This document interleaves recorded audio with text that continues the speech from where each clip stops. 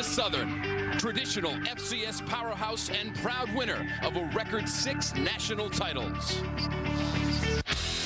Tonight, the Eagles battle Coastal Carolina, the 3-time defending champion from the emerging Big South Conference. Tradition takes on trouble.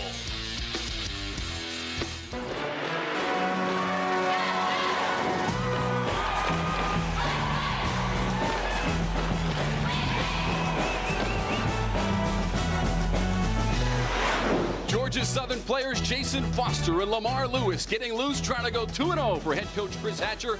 On the other side of the field, Jerome Simpson and William Richardson for Coastal trying to win their 7th in a row at home for head coach David Bennett. Welcome to Conway, South Carolina for the Royal Purple Big South Game of the Week on Sports South. From Brooks Stadium on the campus of Coastal Carolina University, the Chanticleers host the Eagles from Georgia Southern out of the Southern Conference.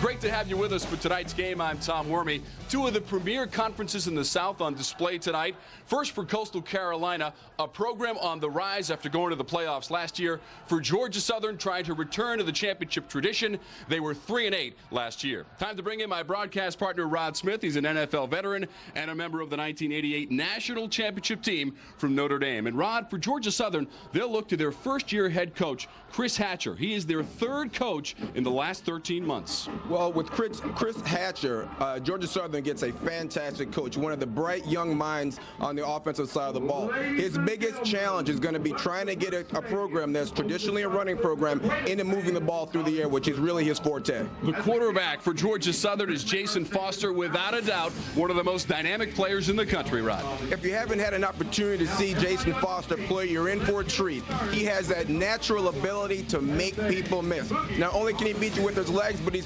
making rapid improvement by throwing the football. Last week he goes 6 for 9 for 124 and a touchdown. He continues to get better throwing it. On the other side of the ball, Jerome Simpson is an NFL caliber wide receiver, 6'2", 190 pounds, NFL type speed, and every time the ball is in the air, he believes it's his. And Rod, this is just the 2nd meeting between these 2 teams, but it's already an intense rivalry. They played last year in Statesboro, and the Eagles beat the Chanticleers 38-21. And there is the head coach of Georgia Southern, Chris Hatcher, in his first season. 1-0, won the first game last week against West Georgia, 45-21. Rod, overall as a head coach, an incredible 77-12. Yeah, at Valdosta State, he just built a monster. I mean, this guy's accustomed to moving the football through the air. He's won about 80% of his games since he's become a head coach at the ripe old age of 26. So, I mean, he's got a chance to be really, really good at this coaching thing, and he's going to get Georgia Southern back on the map. Yeah, Hatcher is the youngest coach in FCS at 34 years old. David Bennett is across the field, 45 years old, born in South Carolina, 6th-year head coach here at Coastal. He has built this program overall 12 years as a head coach. He was also the head coach at Catawba, and his overall record is 98-29. Yeah, another guy in Bennett that knows what he's doing. Built that program at Catawba and actually coached against Hatcher in 01 in the playoffs. Ended up beating a Hatcher squad that year, but Bennett built this program out of the ground, literally. I mean, the first year in existence, they didn't even have a field. They practiced on old soccer fields, and then in 03, they got their program started and started playing games. Rod just about set to kick it away here from Brooks Stadium in Conway, South Carolina, just outside of Myrtle Beach. And this kickoff will be brought to you by Sunbelt Rentals. And that is Ben Erdman, a true freshman, ready to boot it away. He's from Cleveland, North Carolina. And Erdman will get things started for Coastal Carolina in the dark uniforms, Georgia Southern in the white. Again, just the 2nd meeting between these 2 teams. But this, make no mistake about it, is a rivalry in Southern football. This Brooks Stadium facility holds over 7,000 fans, and they are on their feet for the kickoff, and we are underway from Conway.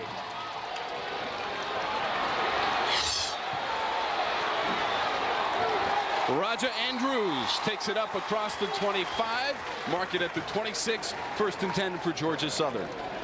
Stand by for Jason Foster, stand by. Raja Andrews. And number 4 is Jason Foster. He is the quarterback for Georgia Southern. He is dynamic. He is exciting. He will make plays. He can get it done. He is the conference player of the week on offense in the Southern Conference for his performance against West Georgia last week. Yeah, he is as good a football player as you're going to find in this conference. I mean, and he keeps getting better at throwing the ball. And as they improve in their passing game, Georgia Southern is going to become super dangerous with the running game that they're already very, very adept with. Foster will start from the shotgun from his own 26. Quick pass. And that is complete. Starting with the offensive line.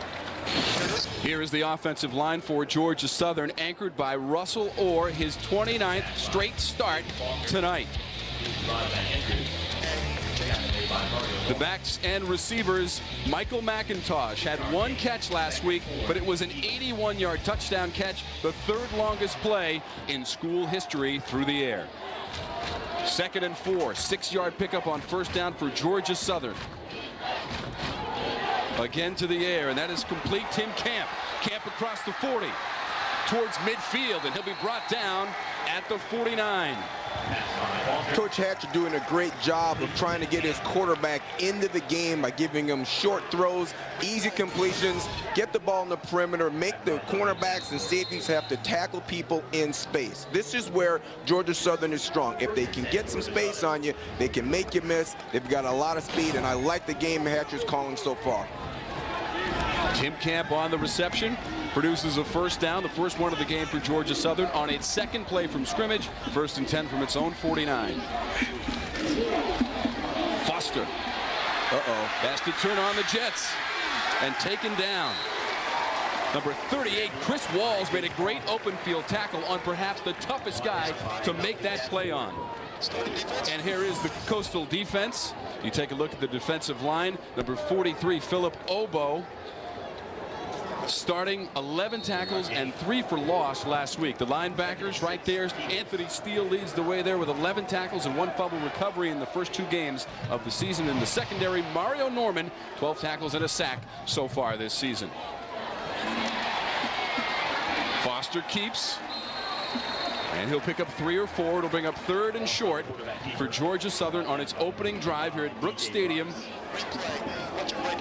And if you notice one thing about Foster when he runs, even though he's only 160 pounds, 5'9", he runs with great strength. He breaks a tackle from a defensive lineman there and gets an extra 3 or 4 yards that most guys don't get. He's not only crafty and fast, but he's also difficult to get to the ground. He's always going to fight for extra yardage. Touchdown runs of 54 and 56 yards a week ago against West Georgia in that victory, the first one of the season for Georgia Southern.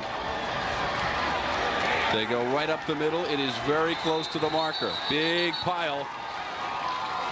And based on the initial spot, it would appear that Georgia Southern has a first down. Well, you knew that Georgia Southern and Coach Hatcher were going to start this game and really try to get their offensive line established. They've got 4 seniors up there and 1 junior. And they want to pound the football. They've got guys up there averaging close to 300 pounds against an undersized line for Coastal Carolina. So why not pound it in a short and yard situation? 1st and 10 from the Coastal 40 for Georgia Southern in the traveling white uniforms. Foster feels the pressure and he's going down. DJ Rice with the sack, his first of the season. Yeah, I mean, you're looking at an all-out blitz by Coastal. You know, Dave Bennett said, hey, look, I'm not going to let these big guys get going and establish and run the ball down my throat. I'm going to bring the house. You see everybody's matched up, chasing guys across the field, passing them off, and you get pressure on your quarterback in a sack. Nowhere to go for Foster here. You got pressure up the middle and from your right side. Good job by the Coastal defense. Loss of 11 on the play. 2nd and 21 with 11.5 minutes to go in the first quarter. Georgia Southern with the football. To the ground, but before the play can develop, the officials have flags on the field and we'll get the call. Before the half, ball starts, number 8 offense. 5-yard penalty. Second down. So it is now 2nd and 26 With the ball spotted on the Georgia Southern 44-yard line, they must go all the way to the Coastal 30 for first down. Penalty was on 32 on the... We took a look at your Sheen Gray there, getting a penalty and not getting it done there. That's more efficient than that. Foster on the play action, going deep, and it is incomplete. Foster looking for Irving Campbell, who had a step but couldn't haul it in. Well, you're starting to kind of see what's going to happen, at least from a strategic standpoint in this game. Coach Hatcher wants to pound the football, give his quarterback short throws, and then take him deep. Conversely, and just right off his hands here. Not a bad throw. Kind of leaned on his back foot there a little bit, so Foster got that ball up into the air and hit it a little too far. But you can see what Bennett is doing to counter this thing. They're blitzing. Rod, it wouldn't have mattered because there was a holding play called against Georgia Southern. Coastal declined the penalty, and it is now 3rd and 26.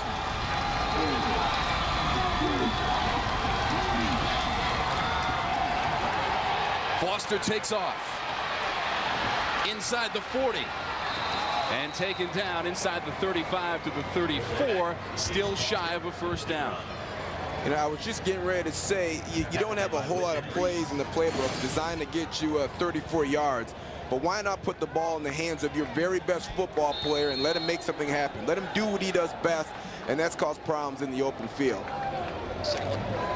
Hey, listen, Coastal Carolina has got to find a way to keep this number 4 out of the middle of the field. They're fine on the perimeter. They've got good outside linebackers, good corners. But if you let him run up the middle of the field, you're going to get killed today. Georgia Southern forced to punt. Daniel Jordan, number 33, to boot it away. Mario Norman waits at his own 10. And it goes out of bounds. And the ball will be spotted at about the 23 after the punt. 10 minutes, 5 seconds to go from Brooks Stadium. No score between the Chanticleers and the Eagles. The Big South on Sports South. Lake Mason Funds, personalized guidance, intelligent choices. Sunbelt Rentals, all your equipment needs, one company. Geico, you could save 15% on your car insurance at geico.com. And by Gatorade, is it in you? Welcome back to Conway, South Carolina. Georgia Southern forced to punt on its first possession, so Coastal Carolina takes over from its own 18-yard line. The quarterback, William Richardson, throws over the middle, and it's complete. Richardson, a strike into the arms of Jamar Anderson, and that is a first down for Coastal. Number 81, Jamar Anderson. It's our first look at Will Richardson here. 6'5", 230 pounds. He's a big guy. Comes from a family of very good football players. His father played for the Colts, and he's got a brother that played for the Falcons. He's got a chance if he keeps developing and playing the league too. His brother Wally Richardson played at Penn State as well. And there is the quarterback, William Richardson. He is the Big South Offensive Player of the Week, thanks to his performance last week in a victory for Coastal. Yeah, he'd have played a lot earlier, but he got caught behind an NFL draft pick in Thigpen, who was a starter here the last 3 years. 28-21, Coastal beating Winston-Salem State last week here at Brooks Stadium. What a catch. And now it is being ruled incomplete. Santini Washington appeared to have it momentarily, but the officials say it was incomplete. You know what? I'll tell you what. One thing that Jerome Simpson has brought to this entire program is that he brings confidence to his other receivers, because he shows them, hey, listen, I can go catch every ball. You can go catch every ball. Look at the quarter. Look at Robertson zip that ball in there, and 83 reach out there and try to make the catch on a very, very tough throw. William Richardson displaying a very strong arm in the early going, and now we have a flag on the field. The early indication is that it will go against Coastal Carolina. That is Seth Smalls, a little anxious in the early going here in Conway. I mean, this ball is absolutely a rope from Robertson. And just a little too far out in front, and that ball's on the turf. That's no catch there. 9 minutes, 13 seconds to go in the first quarter. No score. 3rd and 13 for Coastal Carolina. From its own 35, Richardson wants to throw. And just throws it into the turf. The closest receiver was Jamie Fordham, but that'll bring up 4th down. Yeah, you got double coverage on number 19, Simpson. You want to take the best player out of it if you're Hatcher, and there's just nobody else open. Good decision to just put it into the ground, punt it, live to fight another day rather than force it up the field and get the thing picked off. The last thing you want is to give your opponent great field position. And look who will be receiving this punt. That is Jason Foster, the quarterback, standing at his own 21-yard line. He can get it done on punt returns. Foster has returned 2 for touchdowns in his career. One of those, a 94-yard return against App State in 04. That's a school record, and they won that game 54-7 back in 04. Foster signals for the fair catch and makes it at the 30. So Foster will stay on the field and lead his team on its 2nd drive of the game. 9 minutes to go from Conway, South Carolina. No score. And welcome back to the Royal Purple Big South Conference Game of the Week. Georgia Southern against Coastal Carolina. Great crowd on hand tonight here at Brooks Stadium with 9 minutes to go in the first quarter and no score. Georgia Southern in the white with control of the football, 1st and 10. That is Jason Foster. And Foster into the secondary has enough for a 1st down. About a 13-yard pickup on 1st down for Foster. You know, and Foster is just good enough throwing the football to make you have to honor those 3 and 4 wide receiver sets. And that leaves you with very few defenders in the middle of the field. And bang, he finds a crease and gains 10 yards.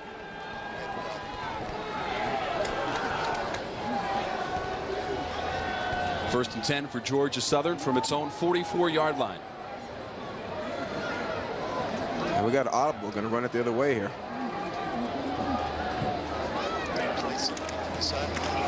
There goes Lamar Lewis. He goes up the middle and gets a handful. And Rod, what is it that Jason Foster cannot do on the football field? It's very limited. I mean, you look at his numbers are fantastic, but I mean, the guy's returned a kick, return a kickoff over 80 yards for a touchdown, a punt return for 80 yards for a touchdown, throwing a pass for over 80 yards for a touchdown. He's just an unbelievable player, can do it all. And there he goes again on 2nd down, picking up about 3 yards on the rush. Jason Foster, 5'9", 164, the senior from Canton, Georgia. Last year, a receiver primarily, made 33 catches for 368 yards. That was 1st on the team and averaged 11.2 with 3 TDs. Set a school record with an 85-yard TD reception against the Citadel. And now he's the starting quarterback. Coach Hatcher said, "Where do you want to play?" He said, "I want to go to quarterback." Had some snaps in spring practice, and here he is as the starting quarterback for Georgia Southern. The other thing to talk about is a flag flies in, Rod. He has improved greatly on his throwing motion. False start, 65 of the offense, 5-yard penalty, 3rd down. Well, you don't expect these kind of penalties from the linemen over here at Georgia Southern. You got 4 fifth-year seniors and a 4th-year junior out there. I mean, this is the heart and soul of this ball club. You got Foster, and then you got a bunch of big nasties on the offensive line. That's how they win football games at Georgia Southern. Jason Foster has 33 career rushing touchdowns, has thrown for 10 touchdowns, and caught 5 touchdowns. And here he goes on 3rd and 8. Has to swing it out. It's deflected. That ball could be live. No, it is incomplete. The official signal an incomplete pass on the tip ball.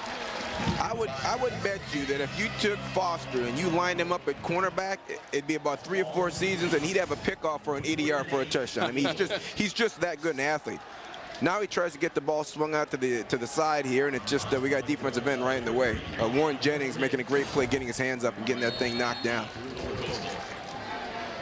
So the 2nd punt of the game, that is Mario Norman, waiting at his 27-yard line for the punt from Daniel Jordan. Norman signals for a fair catch and makes it at his own 18.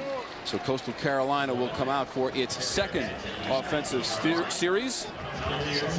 And we'll take a look at the offensive line for Coastal Carolina. Britt Leggett, 6'6", 290, started all 12 games last year for the Chanticleers.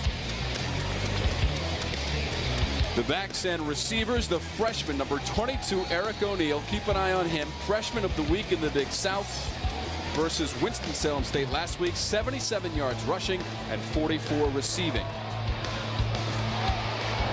152 all-purpose yards for Eric O'Neal, number 22, last week in a victory against Winston-Salem State, 28-21. William Richardson from the shotgun. Bit of a trick play. The ball is loose on the turf and picked up. Dangerous play there. There was a fake, and then the ball got kicked around. And that was Trent Usher falling on it for the Chanticleers. Well, there are two schools of thought on how you beat the option here. You can blitz the thing and get pressure on the quarterback right away, all right? Or you can stay back and play zone responsibility and get to the pitch. Well, in this case, Georgia Southern decides to bring pressure. They get in the quarterback's face. Richardson bang right now. He has an ill-advised throw. Ball gets on the ground, and could have been ugly. That could have been turned over pretty easily. Loss of 1 on the play. 2nd and 11 for Coastal Carolina. Richardson complete. That is Usher. Across the 20. Up to about the 23. And we take a look at the defense for Georgia Southern. And across the defensive line, number 55, Larry Beard. 5 tackles and a sack last week.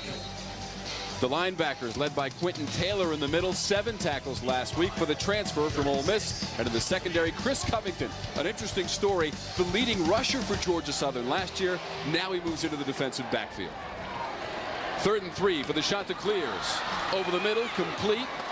That's Scott Fambro, but he will be shy of a first down on 3rd down. Just a pickup of 1 on the play to Fambro. Yeah, Fambro looked like he was going to have enough room to catch the ball and get it turned upfield, but Georgia Southern closed on it quickly and got it knocked down. Well, bobbling the ball doesn't help too. What they try to say is, hey, let's catch the ball 1 time, all right? Ben Erdman into punt. That is Jason Foster waiting at his 35 to return the punt from Erdman. With 5 minutes and 48 seconds to go in the first quarter. Pressure from Georgia Southern. Erdman gets it away. Foster from the 40 to the 50 and spun out of bounds. So a 10-yard return for Foster. Great field position for Georgia Southern. No score on college football Saturday from Conway. Welcome back to the Royal Purple Big South Conference Game of the Week. We invite you to head on to the BigSouthSports.com site as a place for the latest news and results from across the league.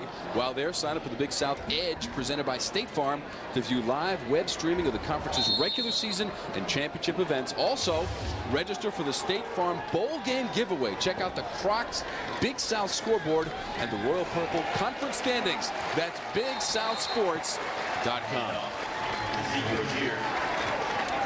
Well, Coach Bennett bringing the blitz again. Coastal Carolina has committed themselves to trying to get more guys in the box than Georgia Southern can block, get some guys some penetration in that backfield, and keep number 4 out of the middle of the football field. Eagles with 65 yards so far on 2nd and 11. Zeke Rozier, the freshman, over the left side for about 3. Now, Zeke Rozier, a true freshman from Cochran, Georgia. He had 2 touchdowns last week against West Georgia. His first carry of his career, a 41-yard touchdown run for Rozier. Yeah, he's a good player. You know, and on the tackle, you've got William Reese over there, who's one of 3 returning starters in the secondary for Coastal Carolina. So, you know, they're going to play some man-to-man coverage with their veteran corners and safeties, and dare Georgia Southern to run the ball against a 7- and 8-man front. 3rd and 7 for the Eagles. Foster flicks it out to Lewis inside the 40 and pushed out of bounds.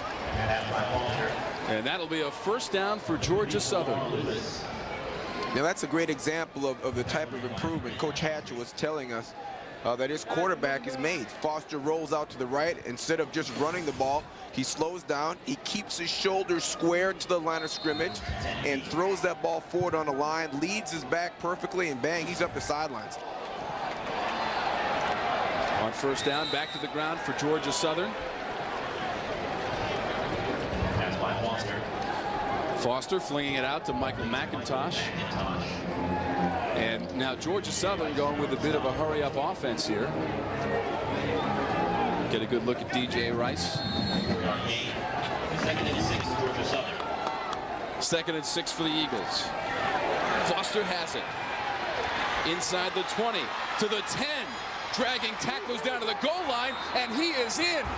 Touchdown, Jason Foster. Jason Foster. Are you kidding me? How good is this kid? Touchdown run. You know what, Warren? He reminds me of David Meggett in one of those championships up in New York with the Giants. It reminds me of Troy Brown. I mean, his ability to just find the crease and make people miss. Unbelievable. And then the power to finish the thing and convert it to a score. No time to catch his breath. He's got a hold for the extra point for Jesse Hartley. And Hartley rifles it through, and Georgia Southern leads on the 31-yard touchdown run by Jason Foster. The last 5 yards, he had about 500 pounds of defender on him, and he took him into the end zone. You know what? You've got to back up a little bit as we see Foster hit that crease there, get the ball covered. Smart play there so he doesn't have a fumble. No shocker there. He's an honor roll student. Has always been a very, very bright kid. But just finds a crease and gets going. And like I said, let's back up a little bit. They go to no huddle at Georgia Southern to try to make sure that Coastal does not have time to set up their blitzing defense. So now Coastal's just calling some generic cover 2 or cover 3. Bang. You've got the quarterback on the perimeter, gone down the field. You've got receivers blocking defensive backs, and it's trouble. He's been doing this since he got here 3 years ago. And at the end of the play, just keeps his balance, keeps driving. And what great awareness. He knows he's close to the end zone, so there's no need for me to go down right here. I just got to make sure that I hang on to the ball and lean backward and doesn't fall in for a score. Tremendous play. Yeah, Rob, the 4th rushing touchdown of the season for Jason Foster.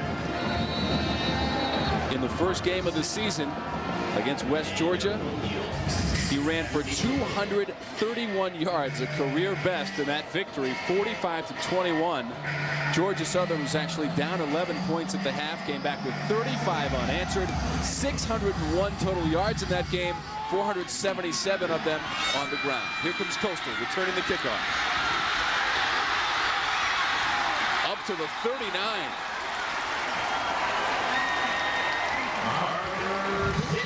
Arthur Sitton, number 33 on the return. And that's just what Coastal needed to respond to the Foster run. Yeah, Jason Sitton here makes a very nice cut right at the beginning. He starts left and then bang, he comes back to the right. That sets up his blocks. Bang, he gets and I'll tell you what, you better go find that kicker and give him back his jock strap, because I think it's laying out there on the 30-yard line somewhere. Well, here's our upcoming television schedule. September 22nd, #1 Appalachian State against Wofford. That's at 3 o'clock. Florida A&M against Tennessee State from the Georgia Dome on September 29th. And then Wofford again at Citadel. And Citadel giving Wisconsin a run for its money. Speaking of running, there goes number 21, Jamie Fordham, and he is in. 61 yards for Jamie Fordham. Coastal Carolina is on the board. That was an impressive run by Mr. Fordham, number 21 there with the cut. Not only that, but did he show you some speed, folks, once he got into the secondary? Unbelievable. Rod, that is a career-long run for Jamie Fordham. Yeah, former state champion, the 400-meter dash in Georgia. No surprise when he gets in your secondary, he's going to cause you some problems. A one-play drive that took up 10 seconds. That's what coaches like to see. Justin Durham, number 14 for the extra point. Off the upright, and good. And there's a flag on the play. So Justin Durham bangs it off the left upright, but let's check on the flag. Again, 61 yards on the run by Jamie Fordham from Goose Creek, South Carolina. Getting congratulations No foul from for his illegal teammates. formation. Point is good.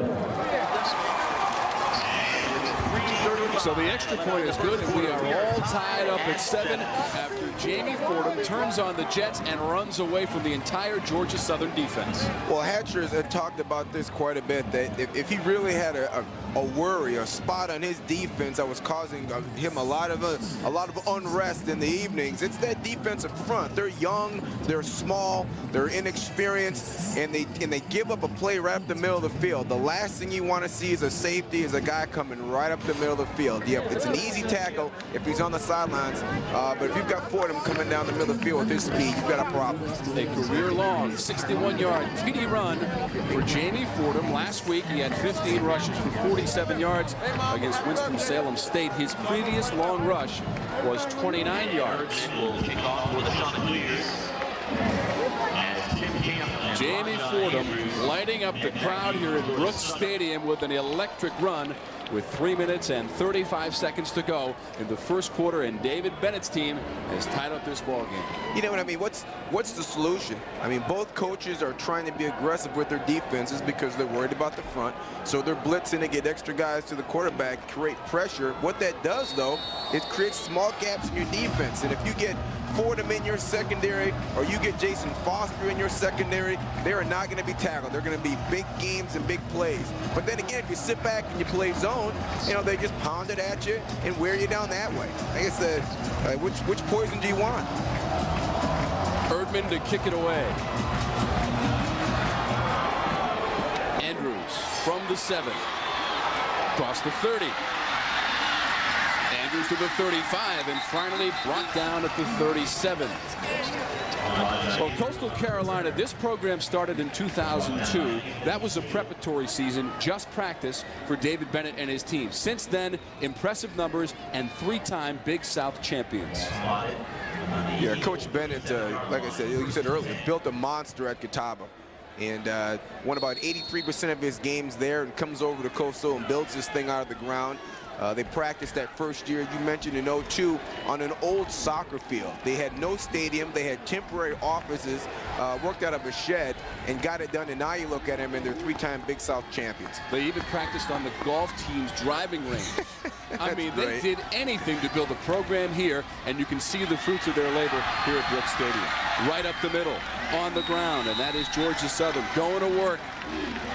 Chris Teal, number 5, and Teal will have a first down as the sticks move for the Eagles. Correction, Lamar Lewis, number 6 on the carry. Yeah, Lamar Lewis here again. We keep harping on it, running right up the middle of the field. Unless Coastal can figure out a way to get people off the middle of the field, they're going to get beat and beat badly. Lewis again gets the call after a 13-yard pickup on the previous play. Not quite as much this time, maybe 1 or 2. Brought down by Anthony Steele. Well, Georgia Southern, their traditionally a running power. They just got to bev you back. So they got about 5 or 6 guys on this ball club that can really run the ball at you.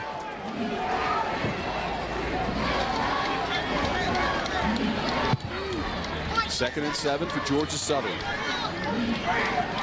Into Chanticleer territory. Foster keeps. And he gets a couple. Number 27, Mario Norman. Number 35, Anthony Steele for Coastal in their home black uniforms.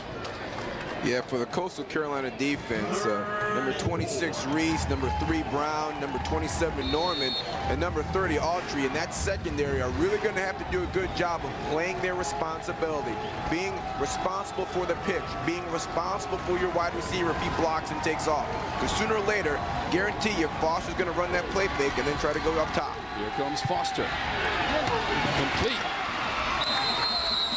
Foster hits Raja Andrews. And that produces another Georgia Southern first down.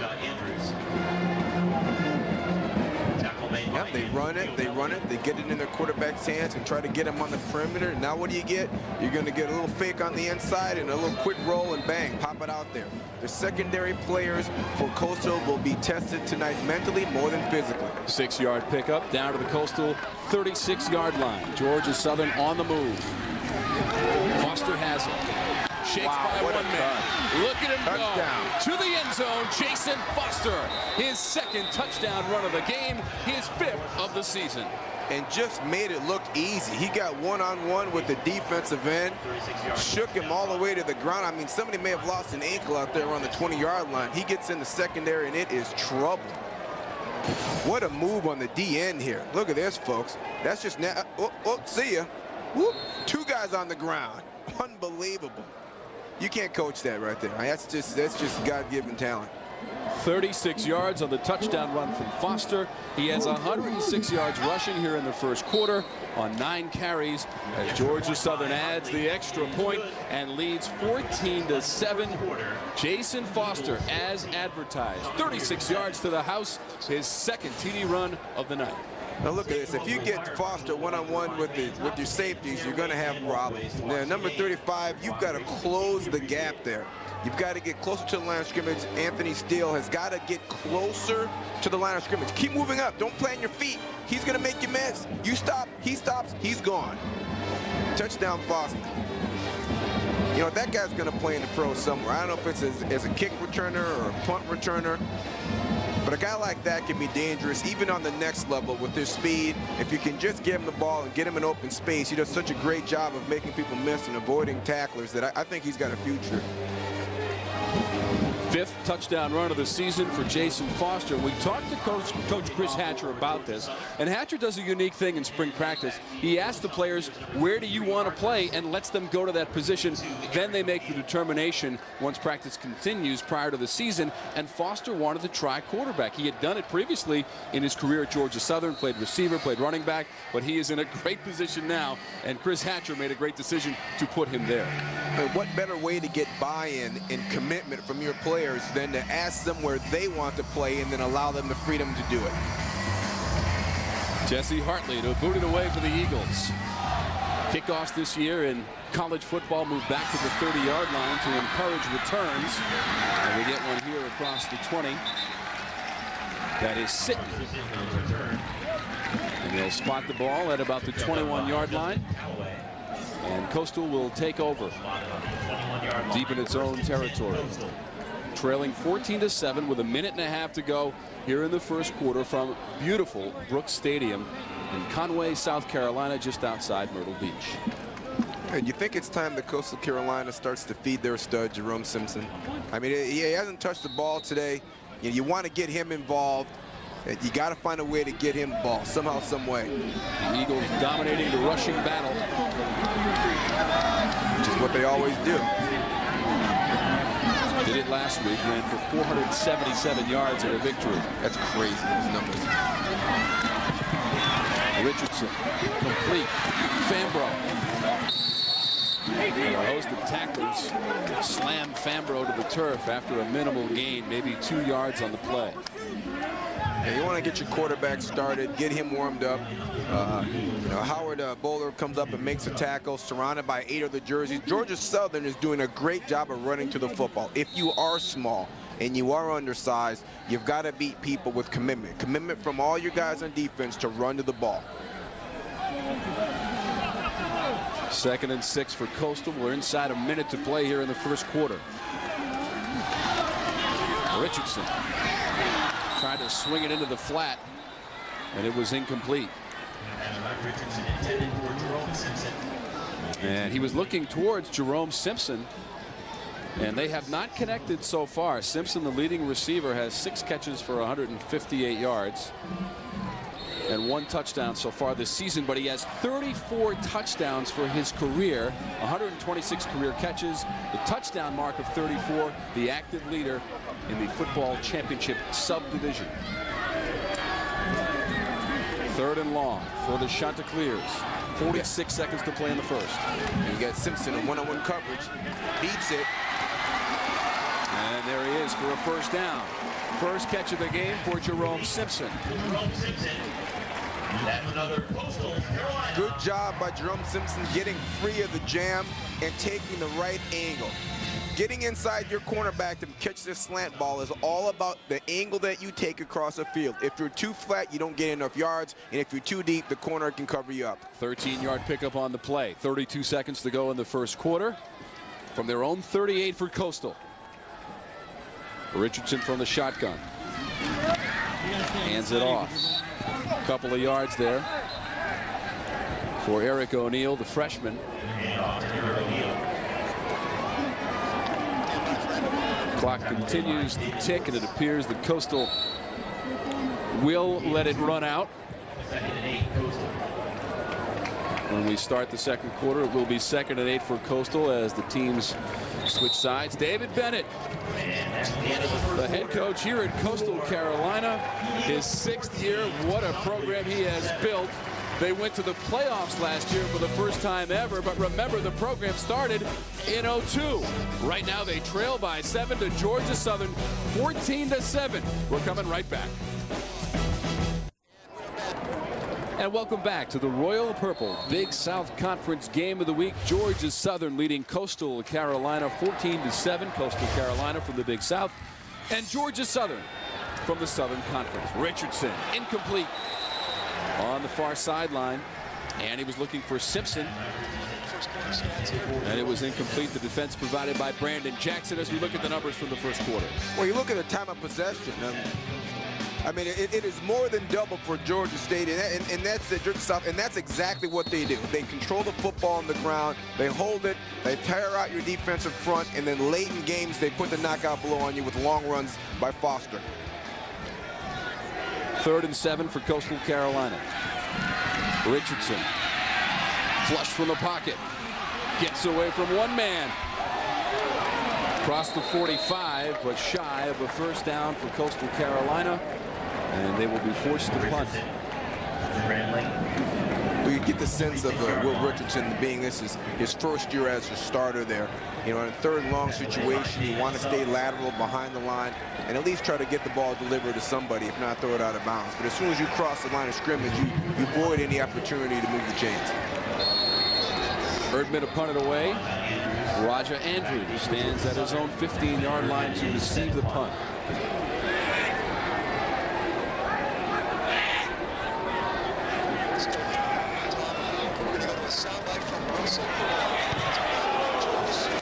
Erdman does a great job to field the snap.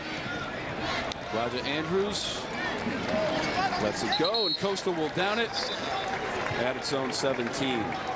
And you can't say enough about Jason Foster. Let's listen in on some of the comments about his tremendous play. I don't know. I mean, that guy's, he's crazy when he gets the ball out there.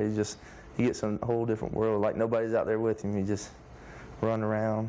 I can't keep up with him. I run a straight line. He's out there running in circles and still out running. He just, you know, he can do anything, play any position out there. You got to worry about him coming to get my position on the line sometimes.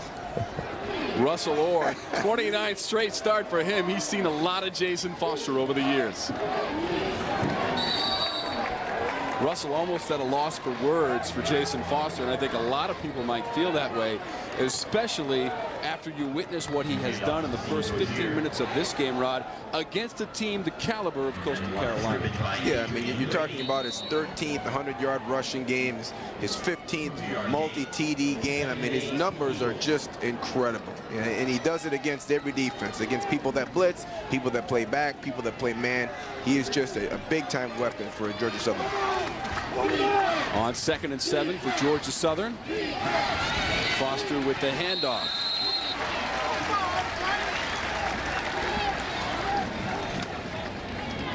Not much there for the Eagles. Zeke Rozier, the freshman, on the carry. You get a good look.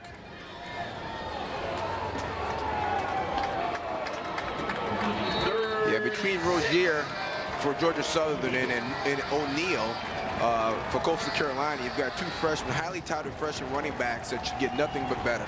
Both of those guys have a chance to be special football players. 3rd and 6 for Georgia Southern.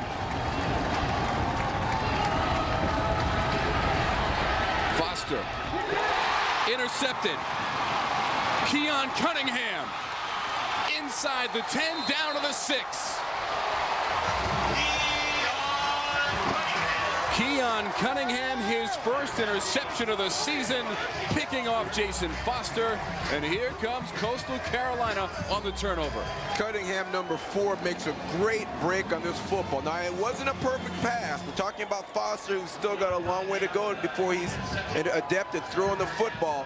But just makes a great break and adjustment, picks the thing off, and does a wonderful job of really moving the ball up the field.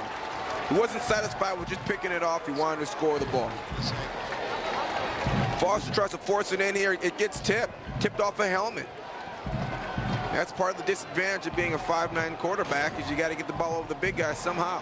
29-yard return they give to Mike Tolbert, and he is stuffed at the line. We got some extracurricular activity going on there. Quentin Taylor, number 10, getting tangled up with some Coastal players. And emotions are running high here in the second quarter.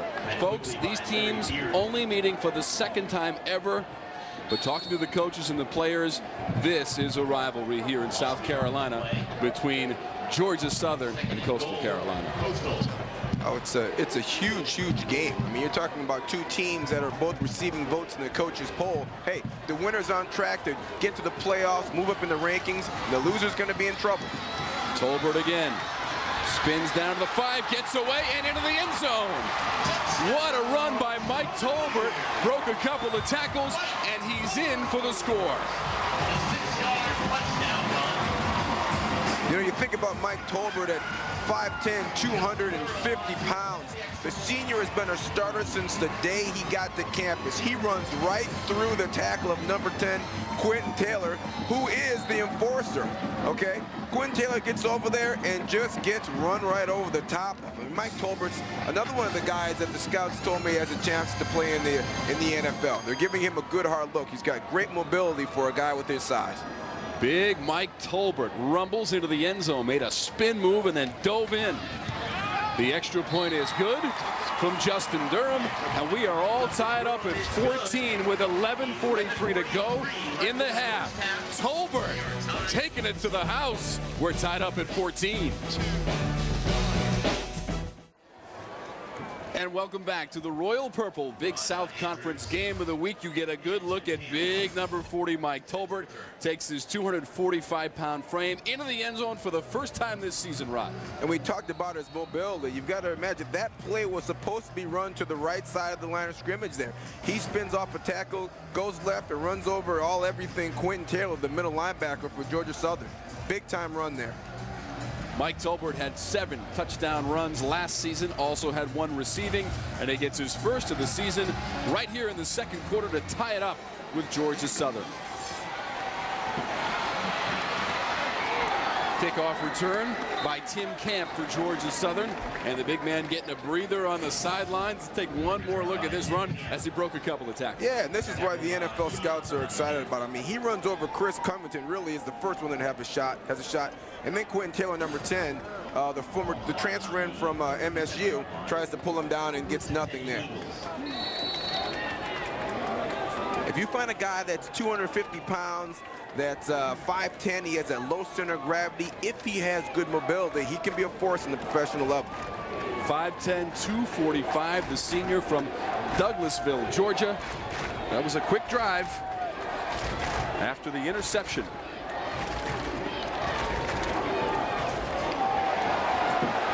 Foster. Wow, what a move. Still on his feet. First down towards midfield. Jason Foster, very, very shifty, and he's got a first down for the Eagles.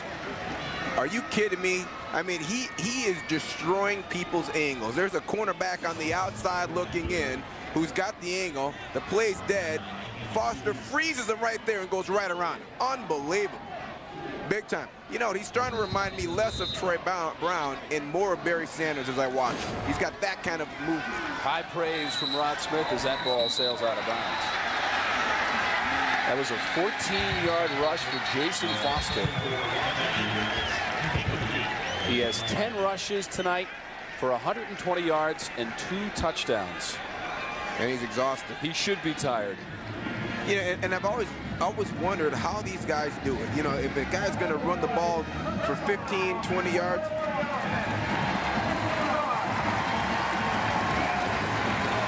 if they're going to ask Foster to run the football up and down the field, and he's making all these fakes, he's got to be exhausted.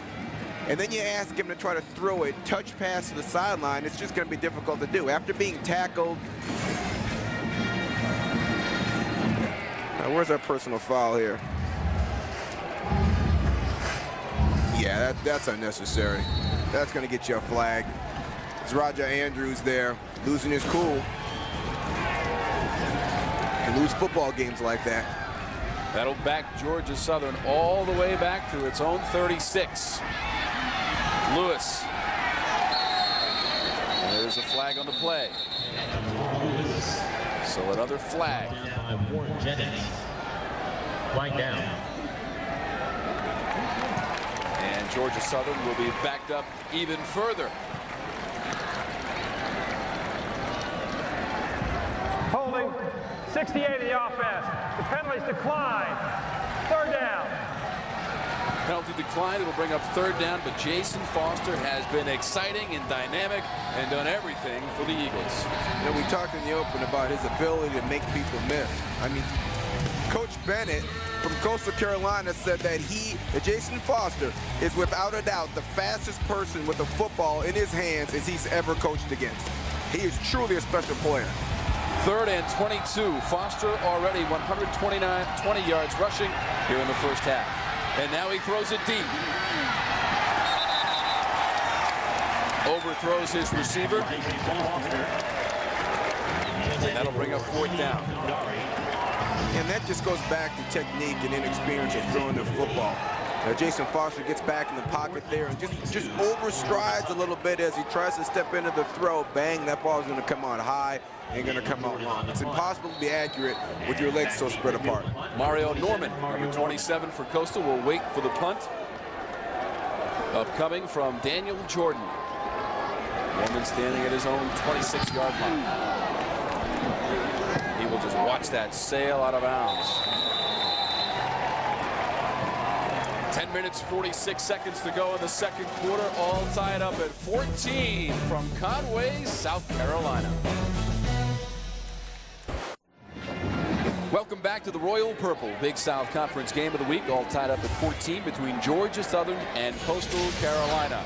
They shocked the college football world with arguably the biggest upset ever, and Sports South was there with truly unprecedented access from the very first practice all the way to the locker room celebration. Our cameras were behind the scenes and captured it all.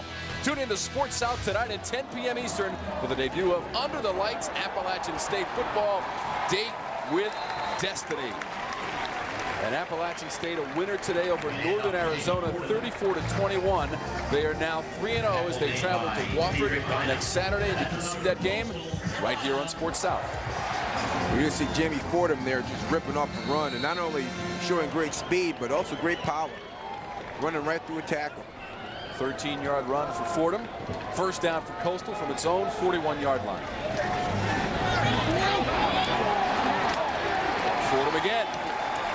And he's very close to a Coastal first down. Might be just shy of the marker. And he needs a breather. He's going to the sidelines, Rodney. Yeah, it looks like we're probably going to get a look at O'Neal, the freshman, who they expect great things out of in the future. But back to Fordham. Great running there. They run the same play back-to-back, a little inside trap. Bang. Hit a little spot in the defense where we're not playing our linebackers correctly, and he's in the secondary. Another first down for Coastal into Georgia Southern territory. Richardson.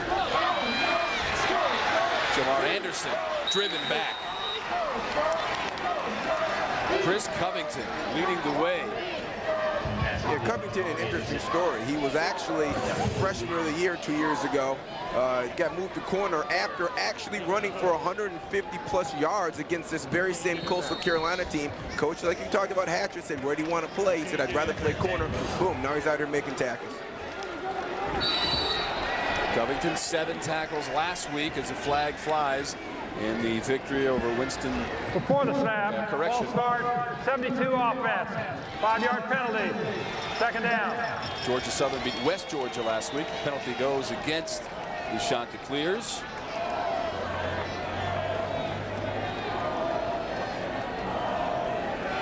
It'll be 2nd and 16. 9:50 to go here in the second quarter, tied at 14.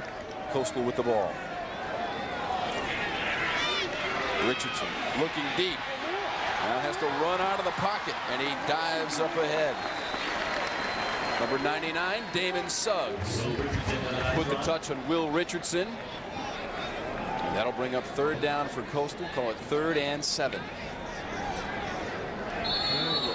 There aren't a whole lot of plays here for 3rd and 7, 3rd and 8, and make it tough on an offense. Looks like we're going to spread them out and probably see a little man-to-man coverage. 9-yard pickup for Richardson on 3rd and officially 6. Throws it to the sideline looking for Simpson, who could not catch up with it. The coverage was there by Ronnie Wiggins, number 23. And Simpson looks a little bit frustrated as he heads to the sidelines, Rod. Yeah, he's only had the ball thrown his way twice, and you're talking about a guy that's accustomed to catching 8. You know, and we only have 9 minutes left in the second quarter, and he's only seen it twice. That's not good enough. They've got to find a way to get him the ball, and not only that, but make it easy for Richardson to throw it to him. Only 1 catch for 13 yards for Jerome Simpson. Last week, 3 catches for 90 yards against Winston-Salem State. Raja Andrews, the fair catch, and he makes it. They'll spot it at the 8-yard line for Georgia Southern. 1st and 10. An even 9 minutes to go in the second quarter. Tied at 14. Welcome back to the Royal Purple Big South Conference game of the week. All tied at 14 here at Coastal Carolina. The Atlanta Braves return home Monday and Tuesday on Sports South to take on the Florida Marlins. Chipper and the boys will try to keep their wild card hopes alive against the Fish. Coverage begins at 6:30 p.m. Eastern with Braves Live right here on Sports South. Georgia Southern 1st and 10 from its own 8. Foster will keep it, and he has a little bit of room. Foster across the 20. That's going to be a 1st down for Georgia Southern. Very difficult to stop. You know, we have defensive backs here that see number 4 Foster get in the secondary, and they keep planting their feet, waiting to do something, and this guy is so quick, he will make you miss every time. Hatcher's found a great way with this inside fake to get his quarterback on the perimeter against defensive backs in one-on-one situations. Foster will always win those. 14-yard pickup for Foster. Ball on the Georgia Southern 22-yard line with 8 minutes 36 seconds to go in the second quarter. Foster the handoff. And there's a flag on the play. Zeke Rozier, the freshman, got the call, but there is a flag on the play.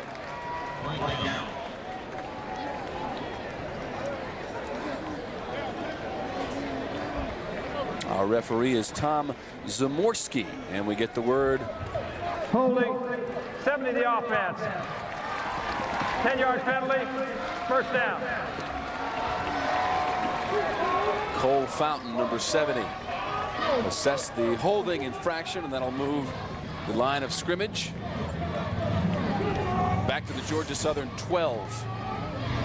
Yeah, we got the center here. Cole got a hold of his jersey there. You got to keep the hands on the inside by the numbers. Once you get on the top of those shoulder pads, they're going to catch you every time. Now, Jesse Suarez was listed as the starting center for tonight, but now Fountain is in the game.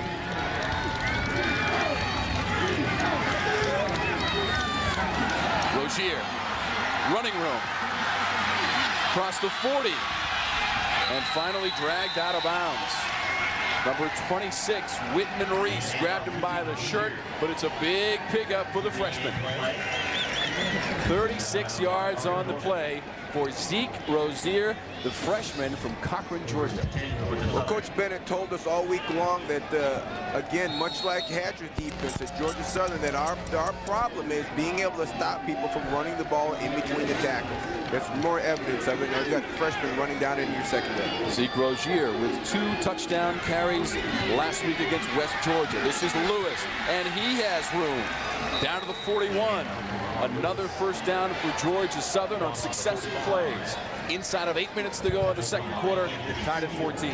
Well, if you've got something going the right direction, why change it? Run the exact same play. If Georgia Southern wants to play, wants to run the ball, that's the way they're going to do it. They're going to get the quarterback on the perimeter, A, and B, they're going to hand it off to their tailback right on the right-hand side. Here comes Lewis again after an 11-yard pickup on the previous first down. He picks up about 8 on first down here.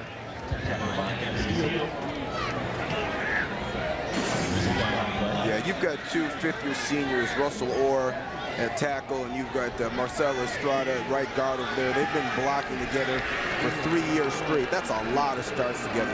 Their level of continuity on that side of the ball. Penalty, first down. Well, you just mentioned Russell Orr. He was caught holding, and that play is going to come on back. I jinxed him. If I hadn't said his name, he would not have gotten that penalty. I'm telling you. Jinxed him. And he is Mr. Experience along that offensive line. Sure is. Along with Marcelo Estrada and Brad Williams, who's making his 13th straight start. Estrada his 23rd straight start, and Orr his 29th. First and 20 for Georgia Southern from its own 49. Foster gets some instruction from the sideline. That is Lewis to his left. Foster gets stuck. Hit right in the hole by number 55, D.J. Rice. D.J. Rice doing a great job of taking an inside-out angle on the quarterback. And just as we've talked about earlier, he didn't break down. He didn't stop his feet. He got in his inside eye and attacked him inside out and made a big hit. Boom, look at that. Great job keeping his feet moving. If you stop your feet against this guy, you're dead. Good job there. Loss of 4 on the play. That's how you play defense. Second and 24 for the Eagles. And again, look at all the Georgia Southern helmets pop up and look to the sideline. And now we have a whistle right at the snap.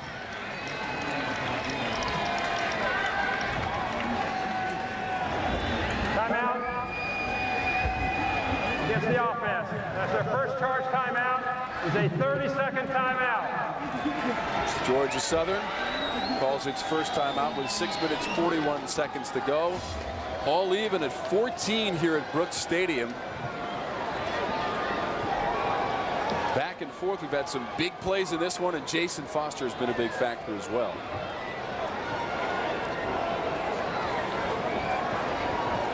Chris Hatcher is the youngest coach in the football championship subdivision at 34 years old. He made his mark at Valdosta State, 2004, the Division II national champions. And the celebration for Hatcher and his team as he raises the championship trophy. Chris Hatcher in 04, the coach of the year in Division II. Also an assistant at Kentucky and at Central Florida. In fact, while he was at Kentucky, on the staff that went to the 1999 Outback Bowl, the first New Year's Day game for Kentucky in 47 years, and he worked directly with Tim Couch, a #1 overall pick in the NFL. There goes Foster, makes a crazy cut at the 40-yard line. He is headed to the pylon, and Foster make it 3 for him in the game, and he is in the end zone. Touchdown, Jason Foster. Unbelievable cuts.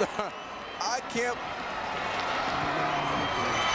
wait to see the replay. Rod Smith, for the first time in his career, folks, speechless. And it's hard to believe. That's impressive. I mean, to attempt the extra point. 55 yards on the play, Rod. not only the tremendous agility, but the ability to see where everybody is on the field and make the cut is just unbelievable. The extra point by Jesse Hartley is right down Broadway. 185 yards on 13 carries in the first half for Jason Foster, his 6th touchdown of the season and 3rd in the game. Watch this cut right here. Bang. Sideways. Right out the back door, and no one's going to catch him. I'll tell you this. I am a believer. This kid right here, Foster, is an NFL caliber punt returner right now. And he's going to continue to get better this year. But he'll be on a roster next year catching punts for some NFL team. I promise you that. The vision to be able to sense where everybody is on the field and know if I make this one cut to the right-hand side, I'm going to get clear because there's nobody else coming the other direction. is just fantastic. Rod, in 2005, as a quarterback for Georgia Southern, Jason Foster had 21 rushing touchdowns. He now has 6 this season, 3 in the game, 31 yards, 36 yards, and now the spectacular 55-yard run here in the second quarter. You know, and there have been some questions about his speed, but if you notice something, there's track speed and there's game speed. And if you notice, every time Foster seems to get it, look at that cut. Oh, if you don't move your feet, number 4 is going to make you miss. But nobody catches him from behind. You can talk about the track speed all you want to. All I know is that if Jason Foster gets behind you, he's going to score points. 21-14 with 6.5 minutes to go in the second quarter. Georgia Southern, on the strength of 3 rushing touchdowns from its quarterback Jason Foster, leads this game against Coastal Carolina, and the kickoff goes out of bounds, and that'll be a penalty.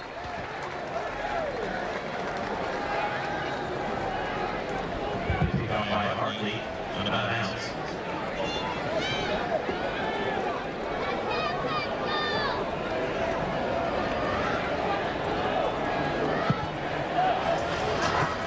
Untouched free kick out of bounds against the kicking team.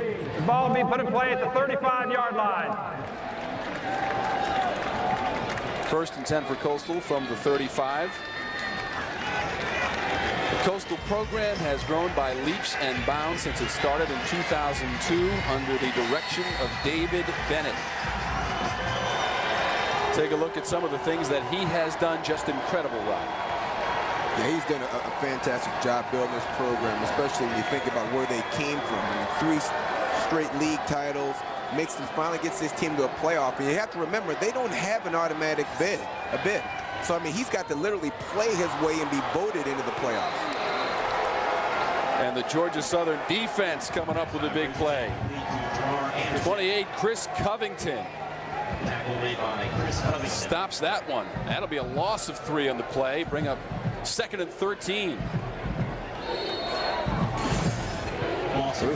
We got the ball dumped under the side here, and we've got a great job of coming up and making the tackle by Chris Covington, the converted tailback. Coastal goes back to the ground. Chris Covington, he's an interesting story. As we mentioned, coming into this season, he was the leading rusher for Georgia Southern.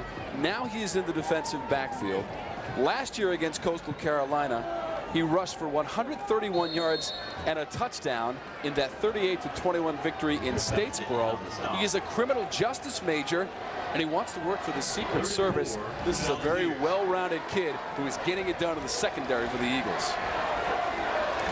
Absolutely. Good tackle. Ran for 824 yards last year and 8 touchdowns. Coastal will pick up a couple on the play as we approach 5 minutes to go in the second quarter. I'll tell you what, number 52, Dakota Walker, just stepped up and put the lumber to number 40, Mike Tolbert. I mean, that's a big-time pop there. You got 240 against 250 getting after right in the middle of the field there. Great tackle by Dakota Walker. Way to step up there and lay the wood. And again, one of the players we thought would be a factor in this game and has not been so far, Jerome Simpson. Rod, just 1 catch for 13 yards. And a whistle on the play before the punt by Ben Erdman. Yeah, you got to find a way to get Simpson. Timeout, Coastal Carolina. That is their first charge timeout. 30-second timeout. Yeah, you got to get Simpson the ball. And I don't know if you run the bubble screen. I don't know if you put it on a reverse. I don't know what you're going to do, but you've got to find a way to give it to him, even if you have to hand it to him. You've got to have your best players emotionally involved in the game, and that starts with getting them touches. Last year, Roddy caught 61 balls for over 1,000 yards. His average per catch was 17.7 with 16 touchdowns, and per game, almost 90 yards per game as a second-team All-American. I mean, yeah, he's an NFL guy. I mean, he's 6'2", he's got huge hands. He's got NFL speed, blah, blah, blah. I'll tell you what makes this kid exceptional is his competitiveness, his will to fight. He had his best games against his best competition. Whenever the game was on the line and they're playing against a ranked team, this guy went crazy. 150 yards, 200 yards, multiple scores. He plays his best football against the best competition. Coastal Carolina had a victory over Furman last year in front of a record crowd here of over 10,000 in that game. Simpson, 9 catches for 151 yards and the game-winning touchdown catch. Here's the punt. Erdman can't handle it, and the ball is loose. Georgia Southern has it. Erdman could not handle the snap, fumbles it, and the Eagles take over. You know what? Erdman's got to make this play. It was a bad snap, but you've got to make that catch. However, this is the second time that he's had to field a ball that's less than perfect. Oh, we got a fake on. That's a fake. That's a fake, folks. He took a step to the right, Rod, and he was ready to take off. Absolutely. He got so excited about a chance to run the football that he didn't catch it.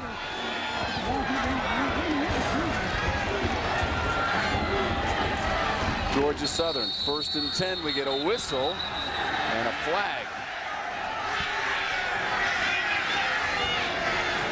So the fake was on, but Erdman just so anxious to run. For the snap, ball start, 77 to the offense, 5-yard penalty, 1st down.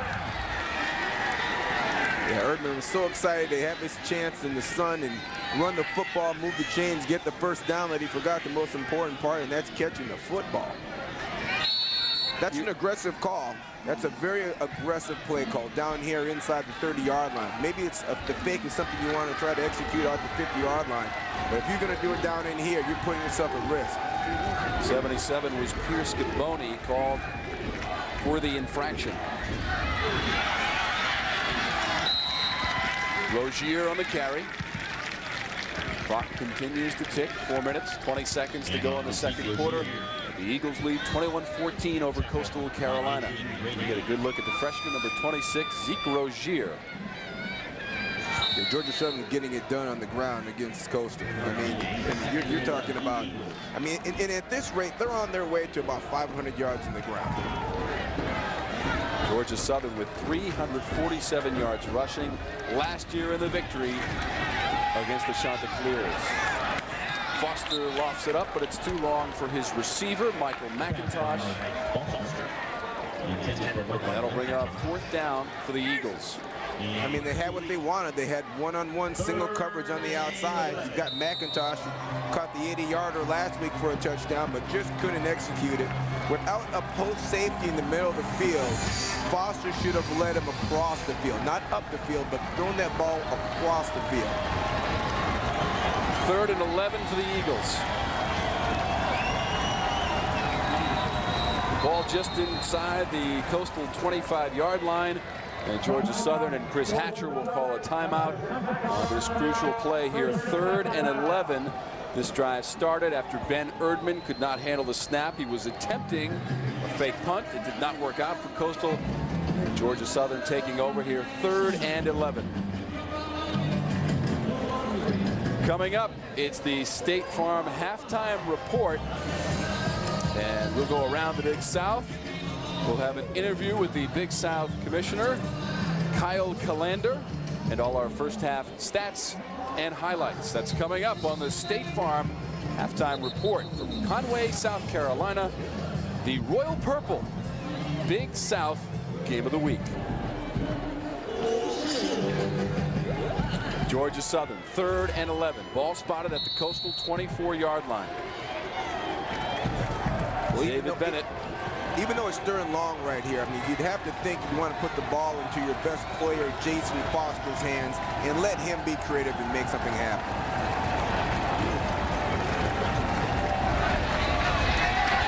There's the freshman, Rozier. Did not get much. Maybe 2 on the play for Rozier. Conservative call by Georgia Southern. That's what they needed a timeout to discuss? Yeah. That play? Yeah, super conservative. I mean, maybe they anticipated Coastal thinking the way I was, and that the Foster is going to get the ball and overplaying it. But that's an awful conservative call. But I like making the lead 10 points here and making it a 2-score game. Jesse Hartley with a 39-yard field goal attempt. Kick is up, and it is no good. No good. Hartley missing to the left. So Coastal Carolina dodges a bullet after turning it over, and they get the ball right back after Hartley misses from 39 yards. And now you think back, Wormy, if you are going to run the football there, why would you run it to the right-hand side and put your kicker way over on that right hash? And if you're going to run the ball, run it back to the middle of the field so you can use your kick for your place kick.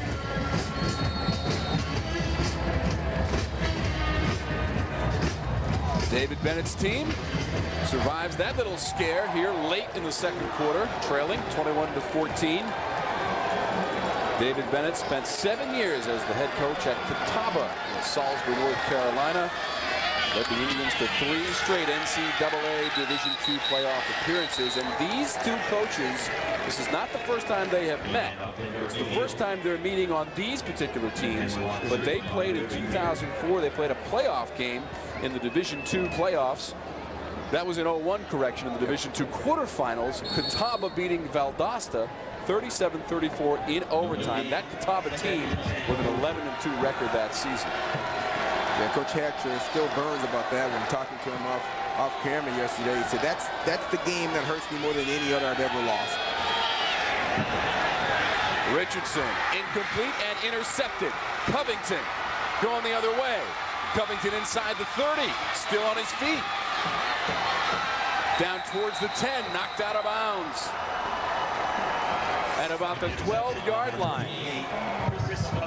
A critical interception, and Covington gives Georgia Southern tremendous field position on the return. After the interception, it will be spotted at the 12-yard line of Coastal Carolina. I understand Coastal wanting to get the ball to Simpson, but if he's got a corner playing underneath him and a safety running across over the top of him, he's just never going to be open in that situation. Can't throw the ball there. If you want to get the ball at Simpson, I understand, but you've got to get it to him on a reverse or a handoff or a quick screen. You put it up there deep, and Covington's going to make a play on that ball. First interception of the season for Chris Covington.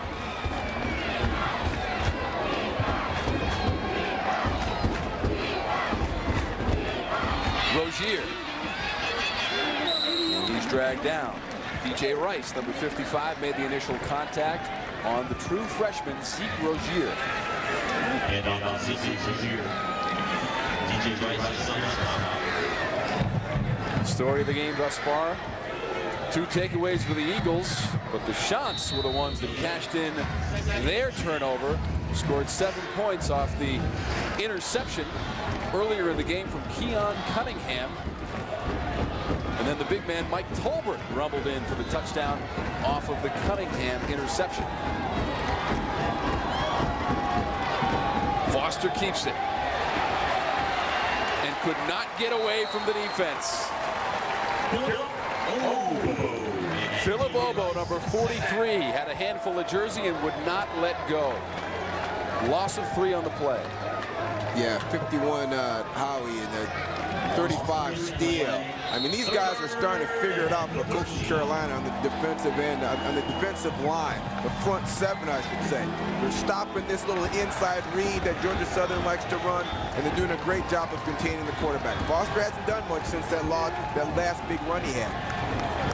3rd and 13. Inside of a minute to play in the quarter. Another challenge for the Coastal defense. We get a whistle, and Chris Hatcher wants another timeout. Have we not done this before? It's like deja vu in the previous series. Very similar situation. That time, Georgia Southern chose to go conservatively. What will they do here, Rob? You know what? I still like the idea of going up by 10 points and making this thing into a 2-score game. However, I would not want to kick the ball again from the far right hash. We've already seen that our kicker doesn't like that situation. Let's get him on the left hash or in the middle of the field and give him a chance to make a field goal here. Go up by 10 points into the locker room, and you're going to need it because Bennett's a great halftime coach. He will figure this thing out and come out with a game plan in the second half, and I would assume he's going to close the gap a little bit. So you don't want a one-score game with Bennett, especially with Simpson scoring all the touchdowns that he does, a wide receiver. Last year at Georgia Southern, it was a victory for the Eagles, 38-21 over Coastal Carolina, and they ran the football and continued to run it all day. 347 yards total rushing, and look at Foster. Now, he was playing receiver last year. Then we got Simpson making a big play there. I mean, he was a man last year, too. 207 yards and 2 scores. And he really does get up to the big games. You put the TV cameras on, and Jerome Simpson's going to have a great one. Jerome Simpson in the FCS playoffs last year in a loss to Appalachian State 45-28. Simpson 7 catches, 132 yards, and 2 touchdowns versus App State. And the one thing David Bennett said to us, hey, no other team scored that many points against Appalachian State, despite the fact that they went on to win their 2nd national title in a row. Yeah, we've got 2 great coaches here. I mean, you will hear these names again over the next 15, 20 years. These guys are going to make a mark in college football. I have absolutely no doubt about that. They've been highly successful at every level they've been so far. They'll build these 2 programs into powerhouses, and you'll continue to hear their names for a long time. The 207 receiving yards for Simpson in last year's game set a school record in that loss to Georgia Southern in Statesboro. 3rd and 13 to the corner of the end zone. Caught, and it is out of bounds. I'll tell you what, that's just a drop, folks. That is about as good a throw as you're going to get. Foster lays that thing right over the inside shoulder. You got the linebacker running outside with it. And it's just a perfect throw. It ends up in a drop. Look at this ball. Come right over the outside shoulder. He just drops it. And he had both feet in bounds, too. If he can't make the catch, that's 6. Jesse Hartley. 32-yard attempt from Hartley. And again, it's left, but this time it is no good again.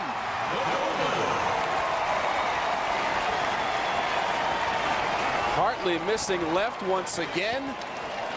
His 2nd miss in the last couple of minutes for Georgia Southern, and that's 6 points that evaporates for the Eagles. Yeah, I mean, we talked about it before they ran that last play. Let's get this guy off of the right hash. Put him on the right hash. He's shown us twice now. And that's a difficult kick. You know, for a right-footed kicker, he's got to kick across his body. It's not easy. We got to get him over here on the left hash or in the middle of the field to give him a chance. We'll go back to the drop touchdown pass. Got to make that catch right there. Lamar Lewis, the senior, been around here for a while, made some big plays, some big catches last year. You got to make that one. So Jesse Hartley missing 2 field goals here late in the 2nd quarter. He came into the game attempting just 1 field goal in the win against West Georgia last week. He connected from 21 yards, but he has missed both attempts here in the 2nd quarter. And Coastal Carolina content to run out the clock. The misses from 39 and 32 yards from Hartley as the final seconds of the 2nd quarter tick away here from Brooks Stadium. An exciting first half, thanks to Jason Foster and some turnovers. 21-14. Georgia Southern and head coach Chris Hatcher, in just his 2nd game as the head coach of the Eagles, lead at 21-14 here in enemy territory. Conway, South Carolina against Coastal Carolina. Just the 2nd meeting between the teams. Georgia Southern winning the game last year 38-21 in Statesboro, Georgia. So a 7-point lead for the Eagles as they head to the locker room. There's a lot of tired guys racing up and down the field in the first 30 minutes of play here from Brooks Stadium. If you're Coastal Carolina, you've got to be thrilled that you're only down by 7 points with some of the amazing things that that Foster's done today. And we've got Coach Hatcher on the sidelines. And, Coach, you got to be pleased with the 7-point lead, but what can you improve on as you head to the 2nd half? Well, first of all, you know, we blew some opportunities there at the end of the 2nd quarter. We had the ball down there in the red zone twice and came away with no points, which is very disappointing. Probably gave them a little bit of little momentum going into halftime. We got to tackle better, and we got to continue to limit our penalties. Their penalties are putting us in 3rd and long. If we're able to do a little bit better in that area, hopefully we'll come out and play like we did last week in the 2nd half. Hey, Coach, is there anything that you're going to do in the 2nd half here to stop some of the big plays that they've had at Coastal, especially on the ground? Well, we got to tackle better. I mean, goodness gracious, they're gashing us up right up the middle there. We got to do a better job with our gap control inside. If we tackle better, don't have any penalties, and take advantage of some of the opportunities they're giving us, maybe we can come out of here with a big win. Thank you very much, Coach Hatcher. Good luck in the second half. Chris Hatcher and his Georgia Southern Eagles lead it 21-14. An exciting first half. His quarterback, Jason Foster, 14 carries, 182 yards, and 3 scores. We're coming back right after this. Welcome back to the Royal Purple Big South Conference game of the week, and the fans of Coastal Carolina trying to urge on the Chanticleers here in the second half as Coastal Carolina trails Georgia Southern 21-14. Jerome Simpson was telling us that the Chanticleers, that nickname, is a mean, tough rooster. And that's how they're going to have to come out and play and defend this mean guy, Jason Foster. His passing numbers, 5 of 12 for 47 yards, but the rushing numbers, Rod, 14, 182 yards, and the 3 touchdowns. I mean, that's a nice total for 2 games, let alone in one half of football from the quarterback position. He is an exceptional talent. And even though they get him in some situations where they have him boxed in, he finds a way to make somebody miss, breaks contain, destroys your technique, and gets on the perimeter. Ran for 231 yards last week in the victory over West Georgia, 45-21. This is now the Sun Belt correction. The Sun Belt Rentals second half kickoff, and we are underway.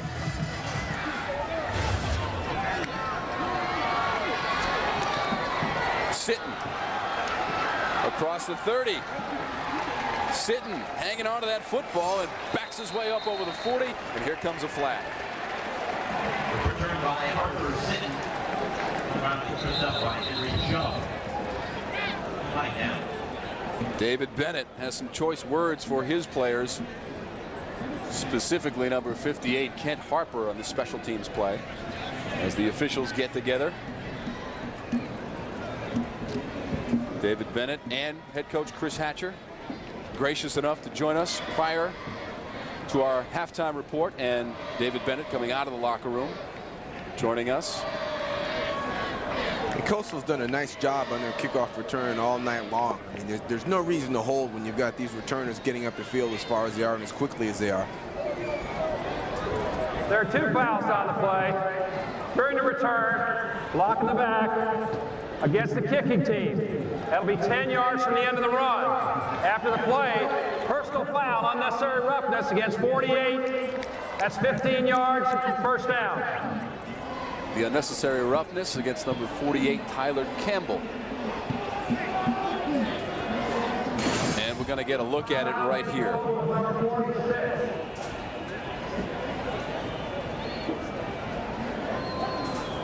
I didn't catch it there. I saw a Georgia Southern player come in there and put a lick on somebody a little bit late, but that was about as far as it went.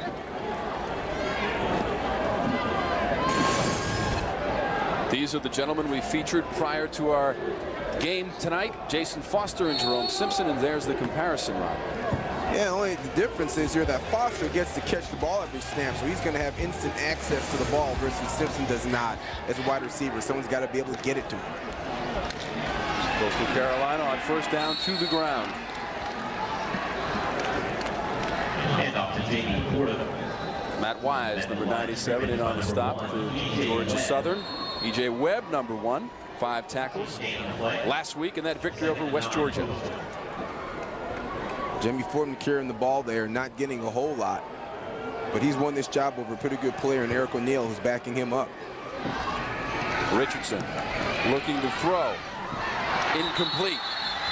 Looking for Jamie Fordham, who could not hang on. That'll bring up 3rd and long for Coastal Carolina. William Richardson, 8 of 15 for 43 yards, 1 interception. He has carried it 3 times for 14 yards. Yeah, big, good-looking athlete, Richardson, at 6'5", 230. You know, his father played in the pros, his brother played in the pros in the NFL. I mean, he's got the lineage. He just seems a little rushed right now. It's his first year as a starter, and he needs to gain some experience.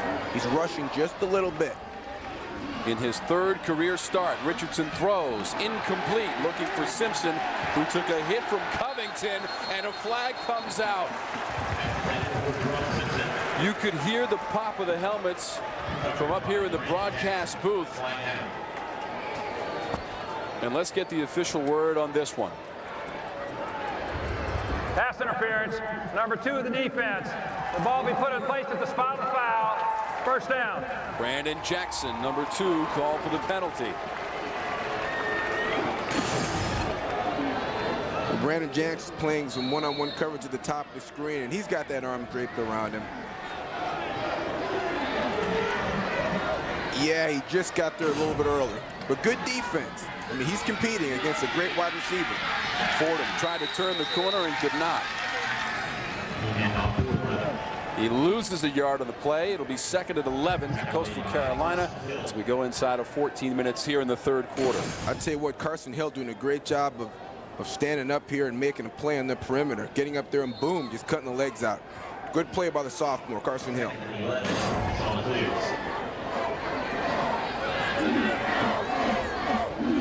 Second and 11 for Richardson. Rolls the pocket and short hops it. Looking for Trent Usher, number 20. And that'll bring up 3rd and 11. So things slow to develop here for Coastal after the pass interference penalty against Brandon Jackson. Well, on that last play, Coach Bennett used his best player Simpson as a decoy. He ran him right down the boundary and then tried to roll another wide receiver to the sideline who was open. Richardson just missed it. Coastal 2 of 7 on 3rd down tonight. Richardson runs, a flag comes out, he throws it, and the catch is made. Jamar Anderson made the catch, but there is a flag on the play. And the holding penalty will go against Coastal Carolina and negate the catch from Jamar Anderson.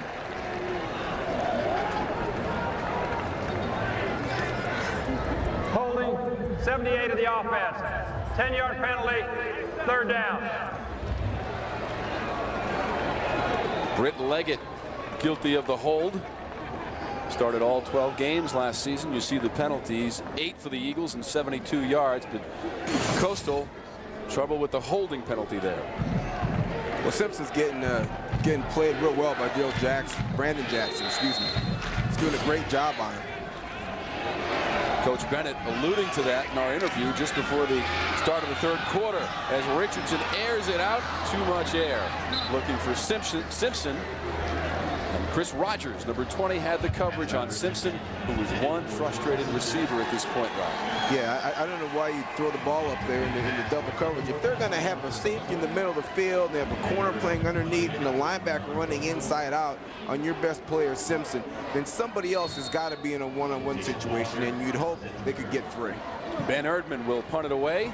Jason Foster waits at his own 27-yard line. I don't think the fake will be on this time, Rod, at 4th and 21. In fact, Erdman punts it away. And it goes out of bounds. So they will spot it at the 37 for Georgia Southern. They will come out 1st and 10 with a 7-point lead over the Chants. Welcome back to the Royal Purple Big South Conference Game of the Week from Brooks Stadium in Conway, South Carolina. Tom Wormy along with Rod Smith, and Coastal Carolina trailing Georgia Southern 21-14, just over 13 minutes to go here in the 3rd quarter. Georgia Southern with the football in their traveling white uniforms. Coastal Carolina in the black and teal, the Chanticleers, on their home field here at Brooks Stadium. They are 19-4 overall at Brooks Stadium and 11-2 at night. And Rod, when they have the lead at halftime here at Brooks Stadium, they are 15-0. They trailed by 7 after 2 quarters to Georgia Southern. Yeah, it doesn't look good. However, they do have Coach Bennett on their side, which has outscored opponents. At least last year, he outscored opponents 243 to 112. So he's a great coach when it comes to making adjustments at halftime and giving his team a competitive advantage in the second half. Lamar Lewis picks up a few yards on the rush.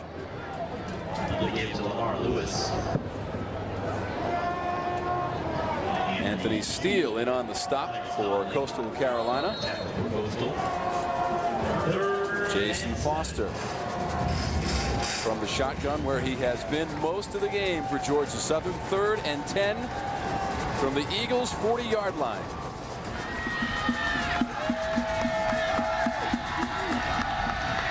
Foster on the keep. Nothing.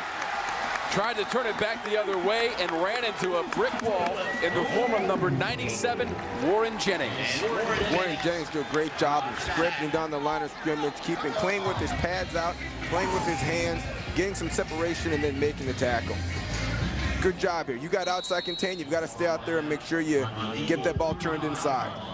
And we're talking about a really quick Foster here on the perimeter. That's a nice tackle there. Get a hold of that leg and get him to the ground. Daniel Jordan to punt it away.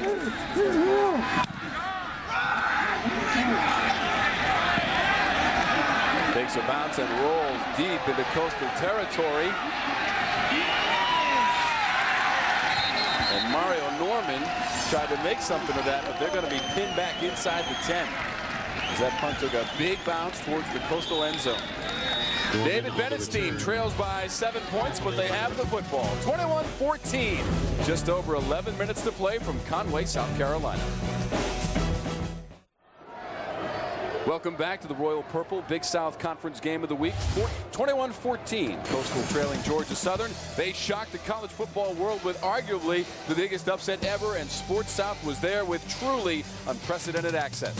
From the very first practice all the way to the locker room celebration, our cameras were behind the scenes and captured it all. Tune in to Sports South tonight at 10 p.m. Eastern for the debut of Under the Lights Appalachian State Football, a date with destiny. Should we go past the 10 o'clock hour, a date with destiny will follow our football game. Ball comes loose at the end of the play, but they will rule him down. There's a brief discussion and a holding penalty against Coastal Carolina to further pin them in their own territory.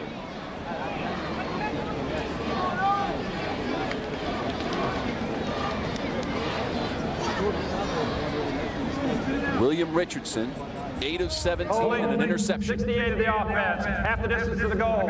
First down. Richardson with just 43 yards passing so far tonight.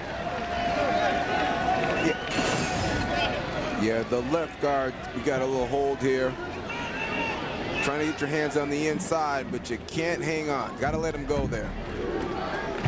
Seth Smalls with the grab. Call it 1st and 14 for Coastal Carolina from its own 4-yard line.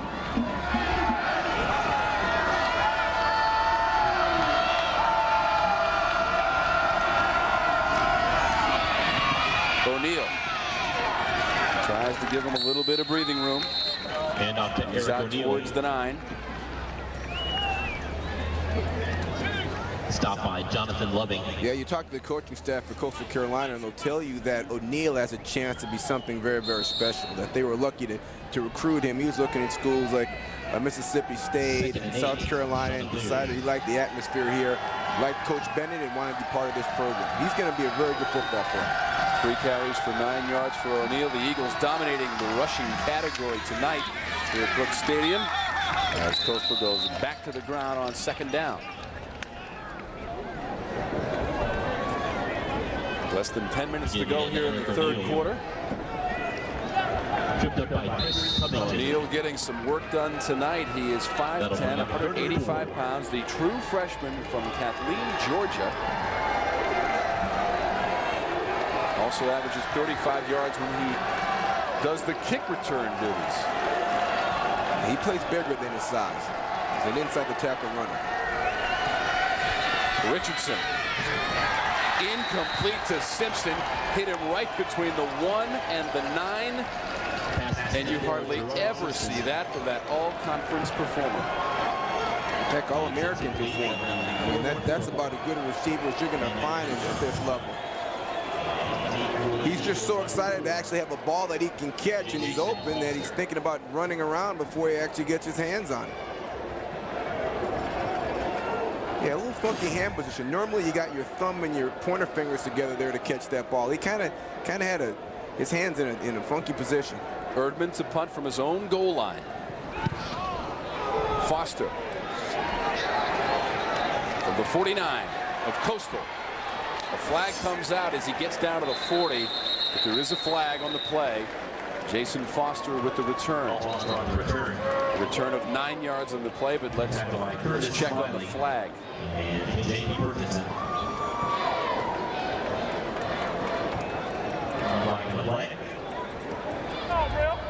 During the return, block in the back, number 20 of the receiving team, 10-yard penalty, first down. Chris Rogers called for the block.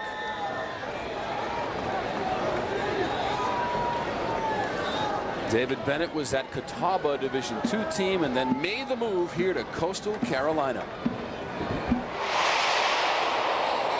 When we took this job, I read Irk Russell's book, and I said, by golly, if they can do it in Statesboro, Georgia, we can do it right here between Conway and Myrtle Beach, South Carolina. It was coming back home for me, being from South Carolina, so proud to be a part of it. But again, they want to see a winner. And so we appreciate the community's support, and we've got to be good for them because that's what they've grown to expect. Yeah. And you heard David Bennett mention Irk Russell, the coach at Georgia Southern from 1982 to 89. 3 national championships under Irk Russell. The 89 national championship team, 15-0, beat Stephen F. Austin in the title game 37-34 in Statesboro, Georgia. Foster tries to make a couple of moves and scampers ahead for a small gain on second down. I'll tell you one adjustment that's become clear. Just watching the first couple plays here, Bennett told these guys at halftime, hey, listen, I want you to start running through tackles. When you see Foster in the open field, I don't want you to stop your feet. See, you stop your feet, you miss. But if you come at him, at least you force him to have to make a decision, and everybody that's coming and running to the ball has a chance to make the tackle. But if you stop your feet with a guy this quick, he will put you on a poster. The Georgia Southern program was restarted in 1982 after ending in 1941. Foster puts plenty of air under this one. It's a jump ball, and it is intercepted.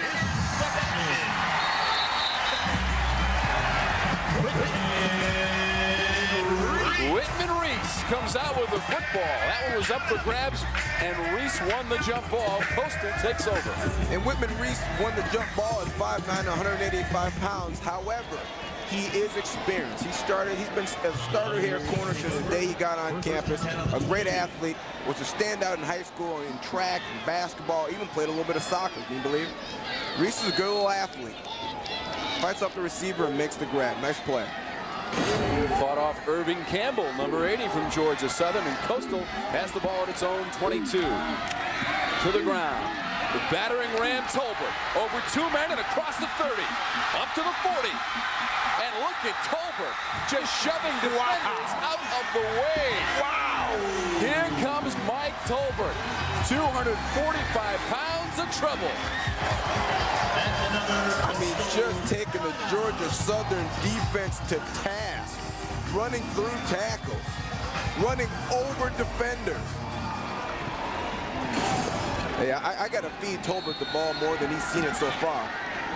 Now it's just a sloppy tackle, but he runs right over the top of number 17. Your safety coming up, he gets struck. And then a big fat stiff arm. He runs with a lot of power. 32-yard pickup from Tolbert. Richardson. Too long. Richardson looking for Santini Washington. Tolbert now with 4 carries for 45 yards and a touchdown. As Richardson tried to connect with Santini Washington, but Tolbert. And here comes the Dalian Tomlinson stiff arm. Look at that. That's on Brandon Jackson, number 2. Mouthful of turf. I guarantee you that'll be in the Coastal Carolina recruiting video for next year, I promise you. Mike Tolbert, the senior from Douglasville, Georgia. Playing physical. 2nd and 10. From the 46 of Georgia Southern for Coastal. Fordham stopped. Matt Wise, number 97, and a couple of teammates stopped Fordham. Loss of 1 on the play. Coach Hatcher finally loads the box up with 8 defenders, so there's just one more guy that they can get blocked if they're at Coastal. Yeah, we got 5 tacklers running to the ball there. That's better defense. It's a little more effort defense there. 3rd and 10. Fordham has a touchdown run tonight, a 61-yard touchdown run in the first quarter. Richardson complete. Washington has the grab, has a first down, and a hat comes off. Look at that pile. Brandon Eccles lost his helmet in the process. So that's going to be a first down for Coastal Carolina. And Eccles comes up without his hat. Yeah, it's getting physical out there. It's getting dirty. It's getting nasty. I like it. Hey, listen, we got 2 teams here that are receiving votes. Okay, somebody after this game is going to find themselves in the top 25, and somebody is not. You lose 2 games this early in the season, there could be trouble. Nice catch. We'll cut back inside, missed tackle. Hats are flying. Football time. 14-yard pickup, and here comes Tolbert. A flag comes out. Tolbert down at the 12, but there is a flag on the play. Thrown along the line. We're going to have to wait and see. The Tolbert run may be coming back based on the positioning of the penalty marker.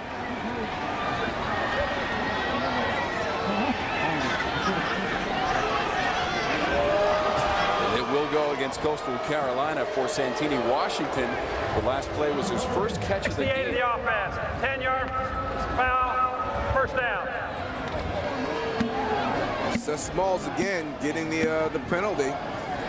He's got to figure out a way to block T.J. Watkins and Matt Weiss over there without holding him. We got Tolbert in the secondary. You know he's going to be physical and attack somebody.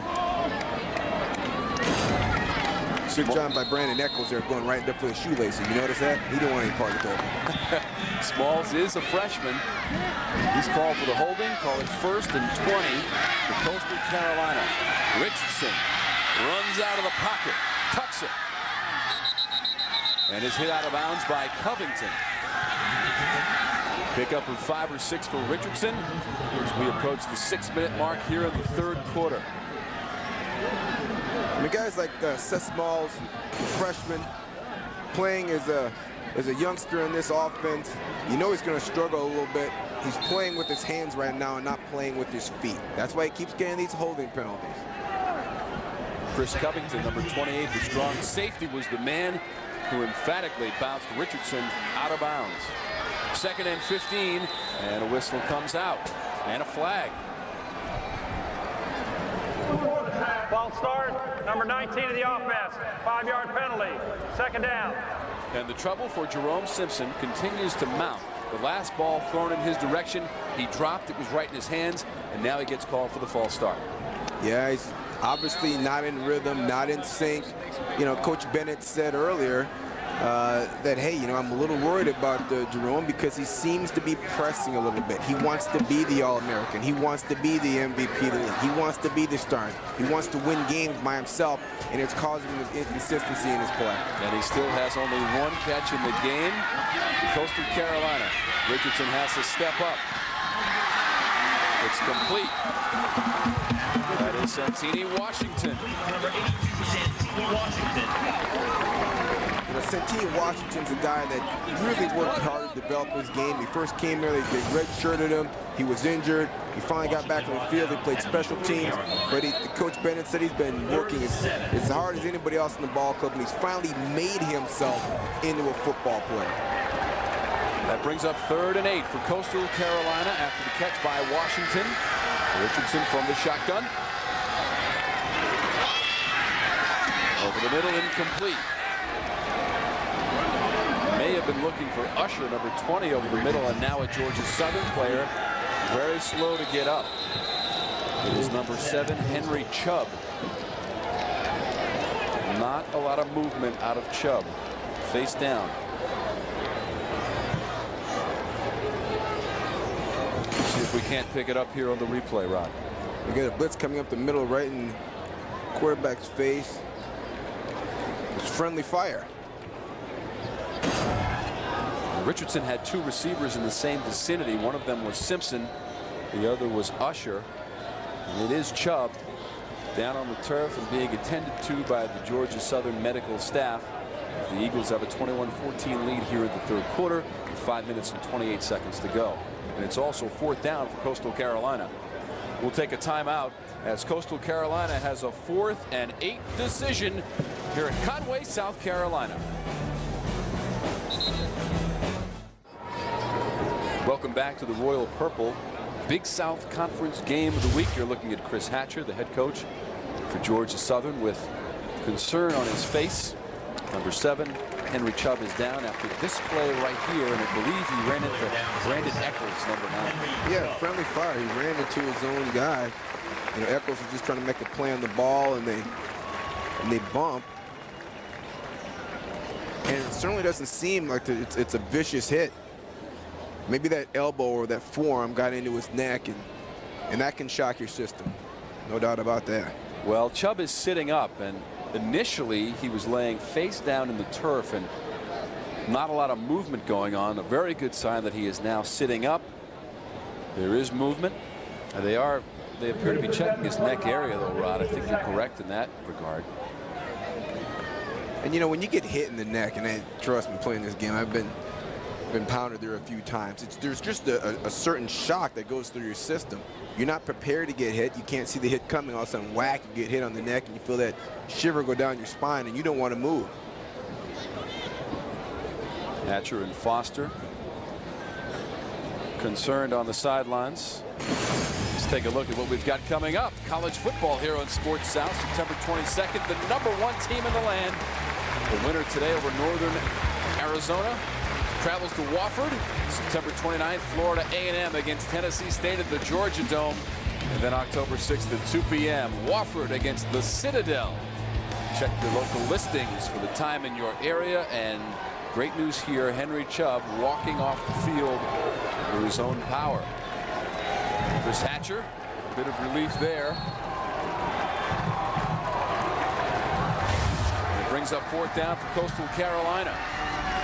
Richardson avoids the pressure, up the middle, has some room to the 15, and finally cut down, but that's a 1st down for Coastal Carolina. Great job by Richardson. He felt the pressure coming off the edge. Dakota Walker is starting to get in the backfield, put a little pressure on him from the left side. He steps up in the pocket. There's nobody there, so go ahead and run with it. The entire middle of the field is gone. So there goes Walker with the pressure. Richardson gets up the field, makes a nice play with his legs. You want to get that ball wrapped up, though. You don't want to lose out there. That's a fumble waiting to happen. Carson Hill made the stop right up the middle. That's the big battering ram, Tolbert. And on 4th down, Coastal Carolina now 3 for 4 after the Richardson scramble for the 1st down. 3 for 4 on 3rd down in the game for Coastal. On 4th down in the game for Coastal. Well, Tolbert is a proven commodity. He's been a starter from day one. 6 feet tall, 250, and runs heavier than that. Plays with power. Tolbert. Stop short of the goal line. Justin Calloway, number 50, made the stop for Georgia Southern.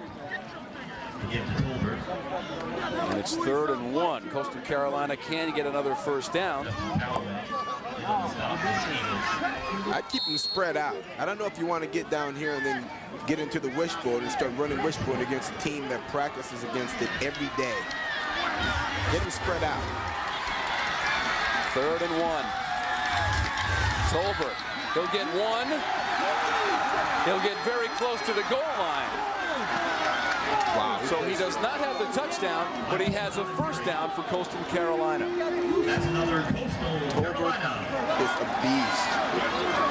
I mean, just taking guys on face mask to face mask. Not trying to juke anybody here. He gets his shoulder pad, score the line of scrimmage, and drops it on number 50. Woo. Richardson into the end zone on the keeper. But hold on a second. Yes, there's the indication. William Richardson takes it in from inside the 1 for the score, and Coastal Carolina is an extra point away from tying this game with Georgia Southern. You know, you think about Coach Dave Bennett and this Coastal program last year, you realize that they were outscored in the first half by 20 points, but in the second half, they doubled their opponent's point production. He is a proven commodity in the second half making adjustments. You better get a big lead on Coastal Carolina because David Bennett will find a way to beat you in the second half. William Richardson with his first rushing touchdown of the season in his 3rd career start. The extra point from Ben Erdman is good. Justin Durham, correction, busted through. Erdman on the hold, and we are tied at 21. And David Bennett's team is right back in this ballgame. And you see Coach Bennett talking to his left and right wing there. He grabbed 2 guys and said, hey, listen, I really need you to do a better job of fanning out because that kick should have been blocked. We had guys coming off the edge for Georgia Southern who just missed the ball, but they were close enough to get their hands on that thing and get it blocked. They got to get that fixed. That'll come back to hurt you. 12 plays, 78 yards, 3 minutes, 58 seconds on the drive for Coastal Carolina. Richardson with a 1-yard touchdown run, but equally as important on 4th down, scampering 19 yards for a 1st down to keep the drive alive for Coastal Carolina. Yep, big time play there. Caught Georgia Southern in a blitz, playing man-to-man behind it. Once the quarterback breaks contained, there's nobody left to make the tackle. Richardson makes a couple nice moves on your secondary. Next thing you know, they're moving the chains. And then finally, they give it to Tolbert, who punches it in. William Richardson with his 2nd career rushing touchdown. So he has a score. Tolbert has a 6-yard TD run in the 2nd quarter and a 61-yard run in the 1st quarter by Jamie Fordham. Represents the 21 points for Coastal Carolina, and they kick it off all tied up at 21 with 3 minutes, 51 seconds left to go in the 3rd quarter. Erdman boots it away. It's short. The ball is loose at the 32 and covered up by Georgia Southern. Dusty Reddick couldn't make the initial grab, but fell on the loose ball. Yeah, the last thing you want is to give momentum back to Coastal Carolina or give momentum to Georgia Southern.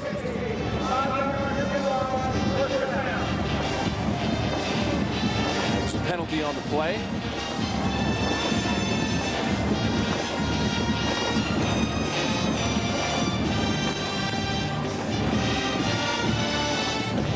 Could be offside against Coastal Carolina on the kick. Correction, offside against the kicking team. 5-yard penalty from the previous spot, re-kick. So they will re-kick on the penalty.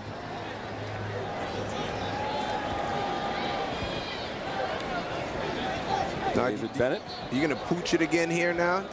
David Bennett, what are you going to do? I mean, as the ball moves further and further away, that pooch kick's going to give Georgia Southern great field position. He may be forced right now to get that thing kicked off in the air.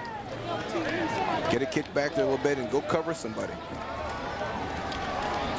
You kick it short, one of these up backs catches it on the 40-yard line, moves it to the 50. Heck, they're going to score points from that position. Rod, just a note about the Coastal uniforms. The black-on-black combination they're using, this is just the 3rd time ever they have used it.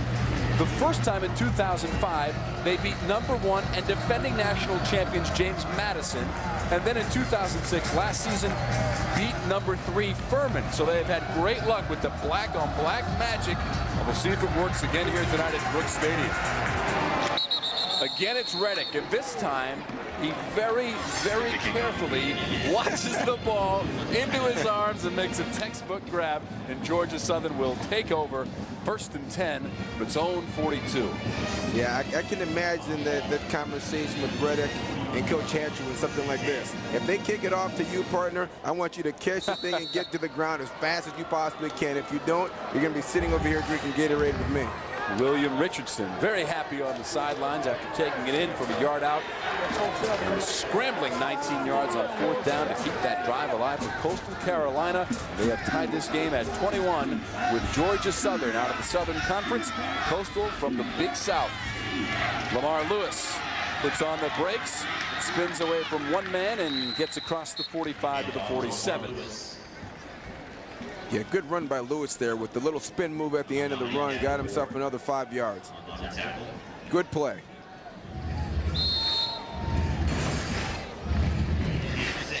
And it looks like he thinks he's got a little face mask. Yeah.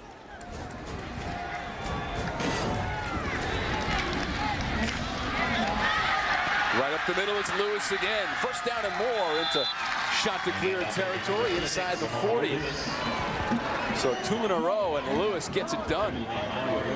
You'll notice that both of these staffs, they really like to repeat plays. If they run a play on you and they have some success and you line up in the same defense, they'll run the same play right back at you a second time in a row. 3 penalty flags on the field at once, and a whistle and a stoppage in play. Georgia Southern had the right side of the formation loaded. Before the snap, false start, 66 of the offense, 5-yard penalty, first down. That's Marcelo Estrada making his 23rd consecutive start and shaking his head after that false start, negating the run by Lamar Lewis and bringing up 1st and 15 for Georgia Southern. A little excited there to run that same play again because they saw the right defense that they wanted. Jumped offside. From the Coastal 44 for Georgia Southern, Foster will keep it. And he is taken down almost immediately.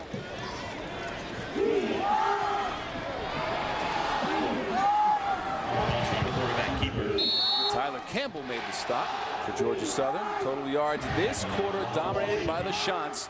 101 to 21 for the Eagles with 2.5 minutes to go here in the third. 2nd and 13 for the Eagles. Yeah, Coach Bennett doing what he does best. Make halftime adjustments and get after folks in the second half. Foster has the football. And he's tripped up. Whitman Reese caught him by the ankles. Good tackle by Reese. We saw him earlier in the game get completely frozen and let Foster break contain on him. This time he, Foster almost put that ball on the ground. Almost dropped that. But good tackle there by Reese. Got his pads out, drove with his legs, made the tackle. 3rd and 5 for Georgia Southern. From the Coastal 34-yard line. And Foster wants to talk about it with head coach Chris Hatcher. Georgia Southern using its first timeout here in the second half. David Bennett's team trying to respond on 3rd and 5. Fire marshal would like to remind fans not to stand in stairways and walkways to watch the game. Coastal coming back to tie this game 21-all, and they went to the ground and got it done, Rod. Yeah, Tolbert started moving the chains and running over folks and attacking people physically. You watch at the end of this run, the big stiff arm. You've got Richardson, the quarterback, getting free in the secondary, recognizing pressure and escaping. Very, very good decision as well as nice run. Then Tolbert again, the bruiser at 250, taking on linebackers, taking on linemen, and punching in. And finally, Richardson with the quarterback sneak gets it punched in. And I think it was the run by Tolbert. The physical nature of that run got that entire offense pumped up and ready to attack folks. 3rd and 4.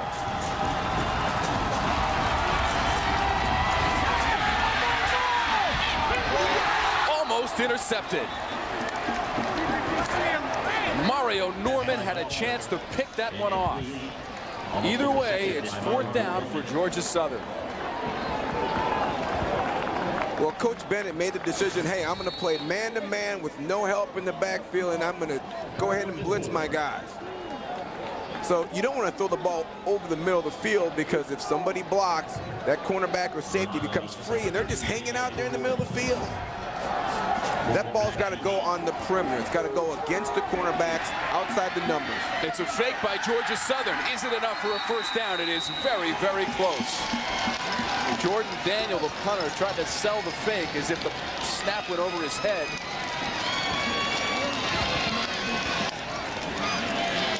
And this is going to be close. And the officials Looks like he got it. Yeah, they want a measurement, though.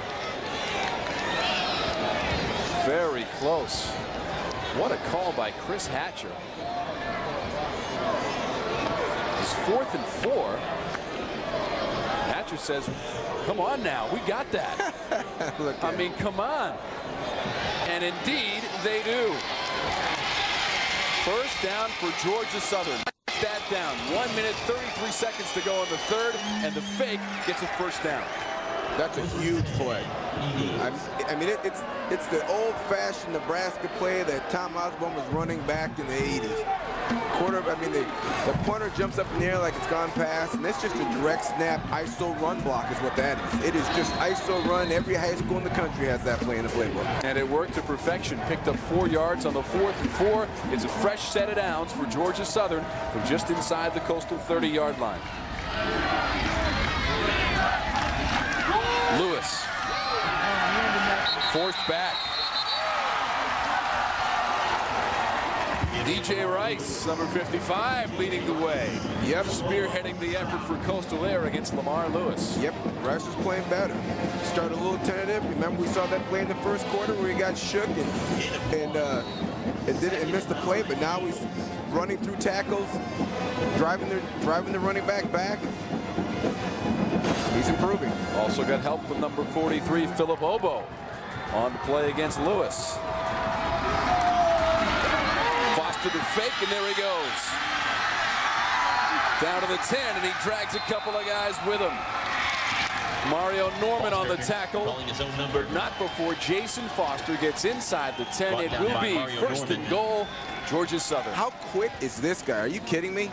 And what determination. Georgia Southern. I mean, once he gets into your secondary, you can forget about it. He's through the whole bang. He's using the referee as a shield. 27, no shot. I'm just a determined runner. Great feet.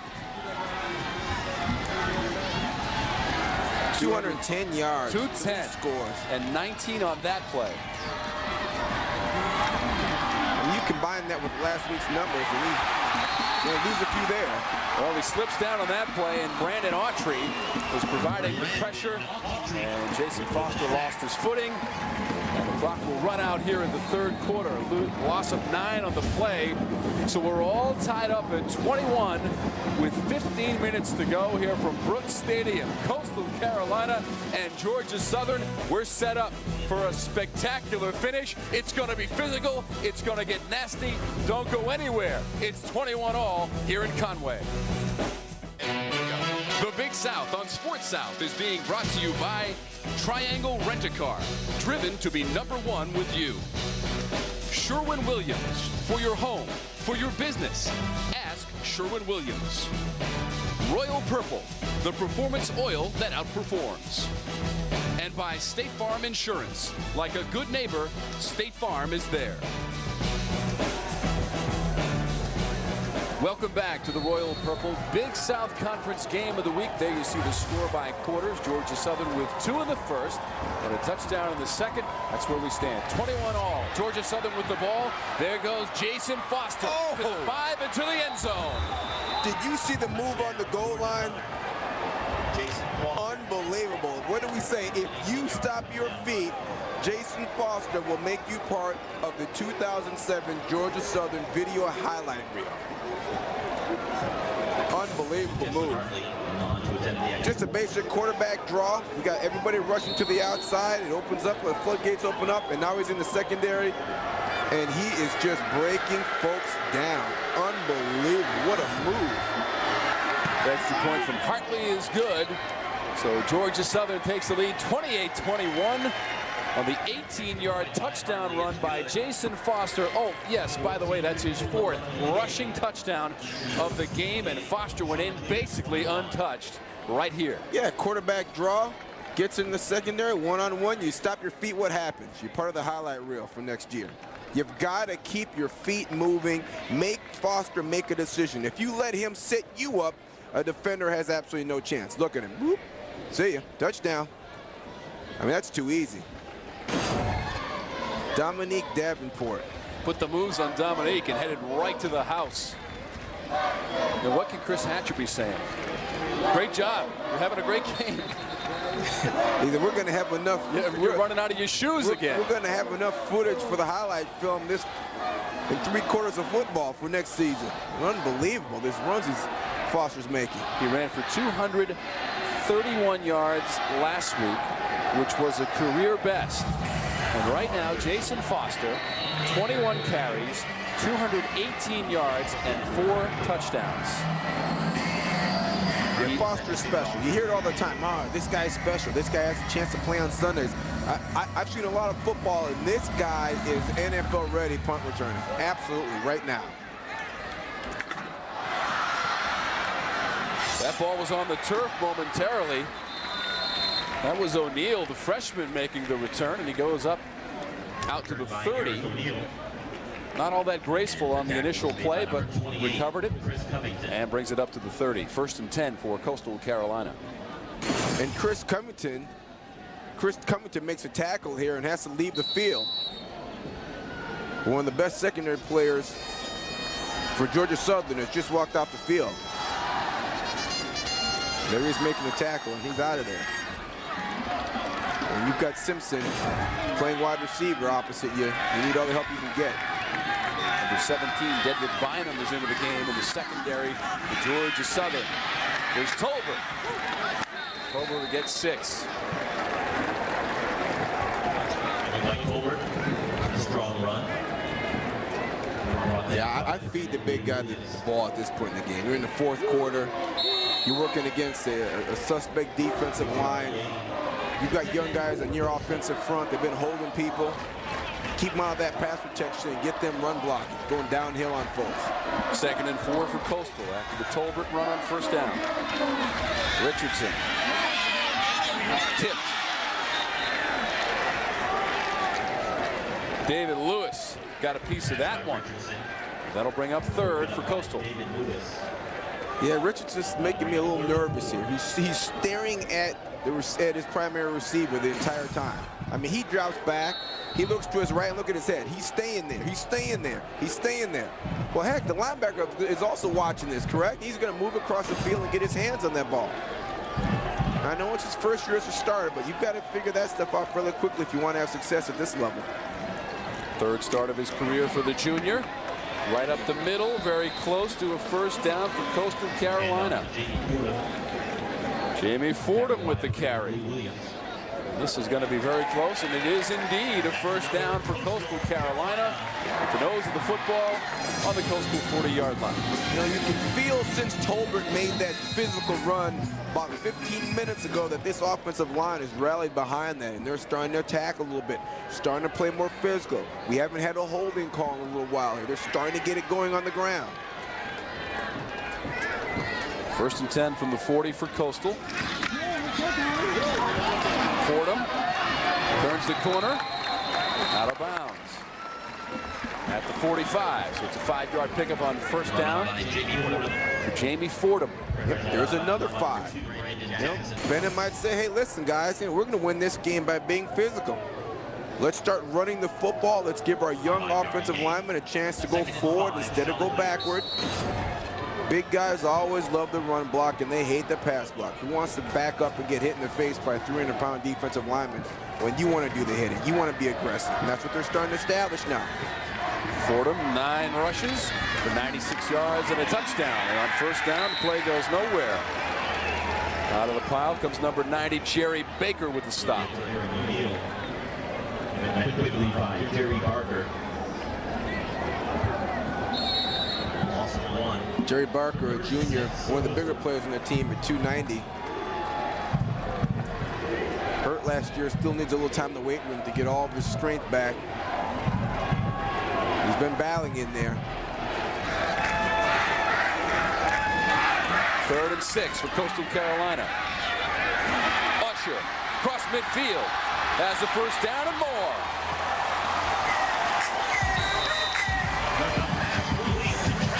Dakota Walker made the tackle, but Trent Usher, a big gainer from William Richardson. William Richardson just pops the ball out of here on the bubble screen. We get a block down the field. Well, it looks like a hold down the field. Nice work making that cut on the inside there and getting the ball up the field. 21 yards on the play, and now there is a flag down. Coastal. 73 of the offense. 5-yard penalty. First down. James Sims, number 73, called for the penalty. That'll make it 1st and 15 for Coastal Carolina. 12 minutes, 54 seconds to go in the 4th quarter. They trail by 7 to Georgia Southern. Jason Foster, the quarterback for Georgia Southern, has all 4 touchdown runs. Penalties tonight, 10 for 86 for the Eagles. The shots, 8 penalties for 64 yards. William Richardson, the junior quarterback from Sumter, South Carolina. Pumps and throws. As a man, what a catch. Santini Washington. And he's out of bounds at the 10. My goodness, Washington laying out for the grab. What a great catch. I mean, on the dead run, just lays it all out there, catches the ball on his fingertips. Santini Washington making a big-time catch. You won't see anything better than that, folks. Stretches out. Stays in bounds. That's a highlight reel catch. Tolbert puts his head down and gets to the 6. That was a 30-yard pickup on the grab from Santini Washington. With a strong run. Now has 3 catches for 56 yards and a big 30 right here, Rob. And Richardson laying it out there, but giving his receiver a chance, and he catches it right on the tip of the fingers. Fantastic. Carson Hill, number 24 for Georgia Southern, beaten on the play by Santini Washington. It is now 2nd and goal for Coastal Carolina. Tolbert down to the 2. Yeah, you run that spread offense. Get him to commit some cornerbacks and some players to those wide receivers, and then give it to your 250-pound Tolbert and let him pound it in there. And Tolbert remains in the game. The lone running back to the left of Richardson. He gets the ball again. Forges toward the goal line, and he is short of the goal line.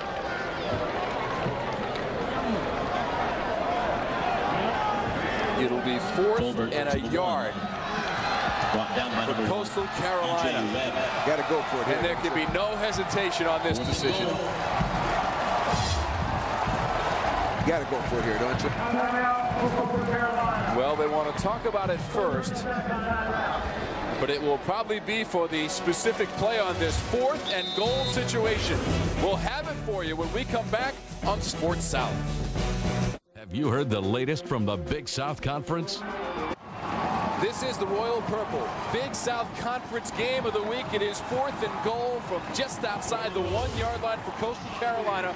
Mike Tolbert has carried the ball on the last 3 plays. He is in the backfield with number 2, Rashid Gauze, behind William Richardson. And they're in this modified wishbone against a team that works against it every day. Tolbert bounces outside and into the end zone. Coastal Carolina into the end zone on the shoulders of Mike Tolbert. His 4th consecutive rush, and the 4th one is the charm. Yeah, he's alone. And you give him the ball down the goal line and just let him do his thing. A physical runner that's got a great feel of how to get that ball into the end zone. See the little hop step to the left there? That play wasn't designed to get to the perimeter. This is just a great read by Tolbert. It's not there. I'm going to hop outside. Boom. And that ball's out, isn't it? The ball's in the... Yeah, where is it? Well, Tolbert doesn't have it when he gets up, but the indication was made by the official. And the extra point is no good. Justin Durham has missed the extra point. 10:58 left to go. Georgia Southern 28. What a turn of events. And David Bennett gets right in his face. And I think it's words of encouragement, Rod. You may have to kick the winning field goal for us, so forget about it. Yeah, absolutely. Hey, you've got to let that one go. We may need you here in a minute, especially if you got to kick a field goal. And he knew right away. Yeah, he stuck it right in the ground. Hands on head. David Bennett still coaching his freshman kicker. And let's see if we can locate the football. Now Tolbert gets the call, has it in his right hand. Let's see where it pops out. Very hard to tell, but he does not come up with the ball, Rod. Certainly not. It looks to me like that may have been a fumble. Well, the official came running in and made the indication somebody came up with the ball. It was a Coastal player eventually, but the extra point by Justin Durham is no good. And there certainly wasn't enough evidence to overturn that if it were a replay situation. Erdman to kick it away for Coastal Carolina.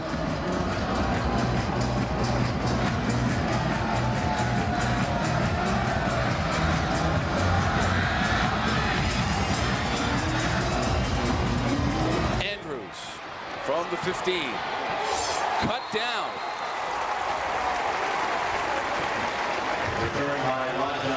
Nice. Derek Frazier making the play. Stopping Andrews. See if we can find out where this ball is. Tolbert makes a great cut. Hops outside. Turns vertical right now, and bang, that ball's out. That ball's out at the 1-yard line. He never got close to scoring. Yeah, absolutely. Balls. Watch the hit. Left. That's number 2, Brandon Jackson. It appears he puts his helmet on the football, and it came out and was floundering around the goal line, but give him the touchdown nonetheless. Here comes Lamar Lewis right up the middle, and he's close to a Georgia Southern first down. Yeah, this ball comes out right.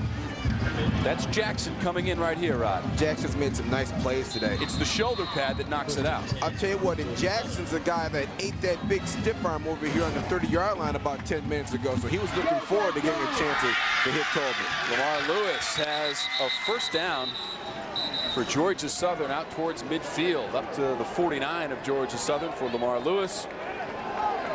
And the Eagles hurry things up here in the fourth quarter with 10 minutes and 34 seconds to go. After a first down, the clock stops until the ball is spotted by the official. Foster comes out of the pack, and an open field stop. Dominique Davenport came up to stop Foster one-on-one. Very difficult to do. Absolutely. Davenport did a great job of keeping his outside arm and leg free, wrapping up and not letting go. Didn't try to hit him. Didn't try to give Foster the big hit.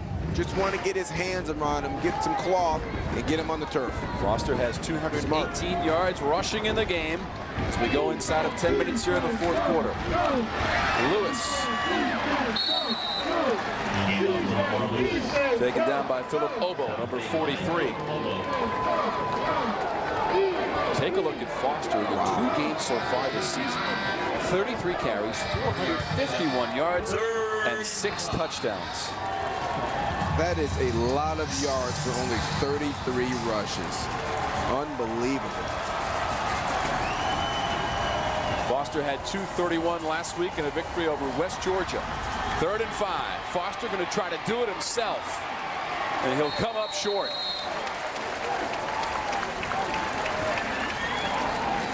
Brings up 4th down for Georgia Southern. On to carry. Brought down by Mario Norman and Dominique Davenport. 4th and 3 from the Coastal 44-yard line. 2-yard gain. 4th and 3. Eagles. And the punting unit will come on for the Eagles. Daniel Jordan, number 33, to punt it away. Mario Norman backing up inside his own 15. That is Jordan, set to punt it.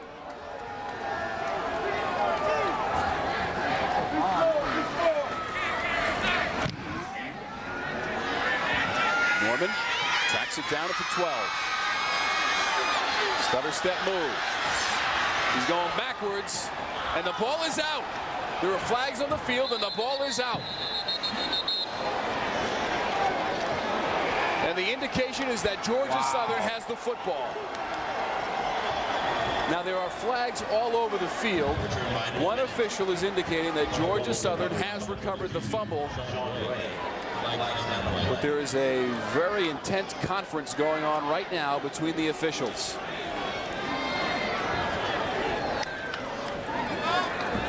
During the return, a block in the back, number 12 of the receiving team.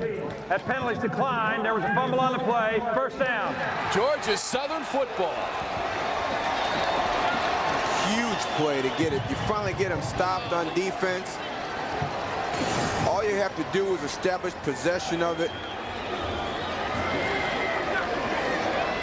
Mario Norman trying to make a play, doesn't have the ball protected, and it just pops right out. Brandon Eccles, number 9, is grabbing Norman and forces the ball loose. First of all, you're not supposed to field anything inside the 10-yard line. You're close enough there. That's one bad decision. Now you try to reverse it across the field. Brutal. Lewis, short yardage.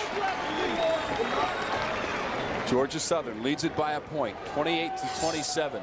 Coastal Carolina scoring on its last possession, but missing the extra point for head coach David Bennett. Well, don't expect Coastal to fold their 10 on this thing. These guys have been conference champions 3 years in a row. They're not going to go away. They'll keep battling down here. Second and goal from the 8 for Georgia Southern. Foster shakes outside. He's into the end zone. Give him a high five tonight. The 5th touchdown run of the game for Jason Foster from 8 yards out. And Georgia Southern takes the lead 34-27. You know what? That is a very, very difficult play. You got that inside fake, and if you don't honor it, then he hands it to the fullback. He gets on the perimeter, and that's a touchdown. Great play call by Hatcher. The extra point is good. Jesse Hartley boots it through, but number 4 is making a living in the end zone. Touchdown number 5 on the night. Georgia Southern leads 35-27. Welcome back to the Royal Purple Big South Conference Game of the Week as Georgia Southern leads 35-27.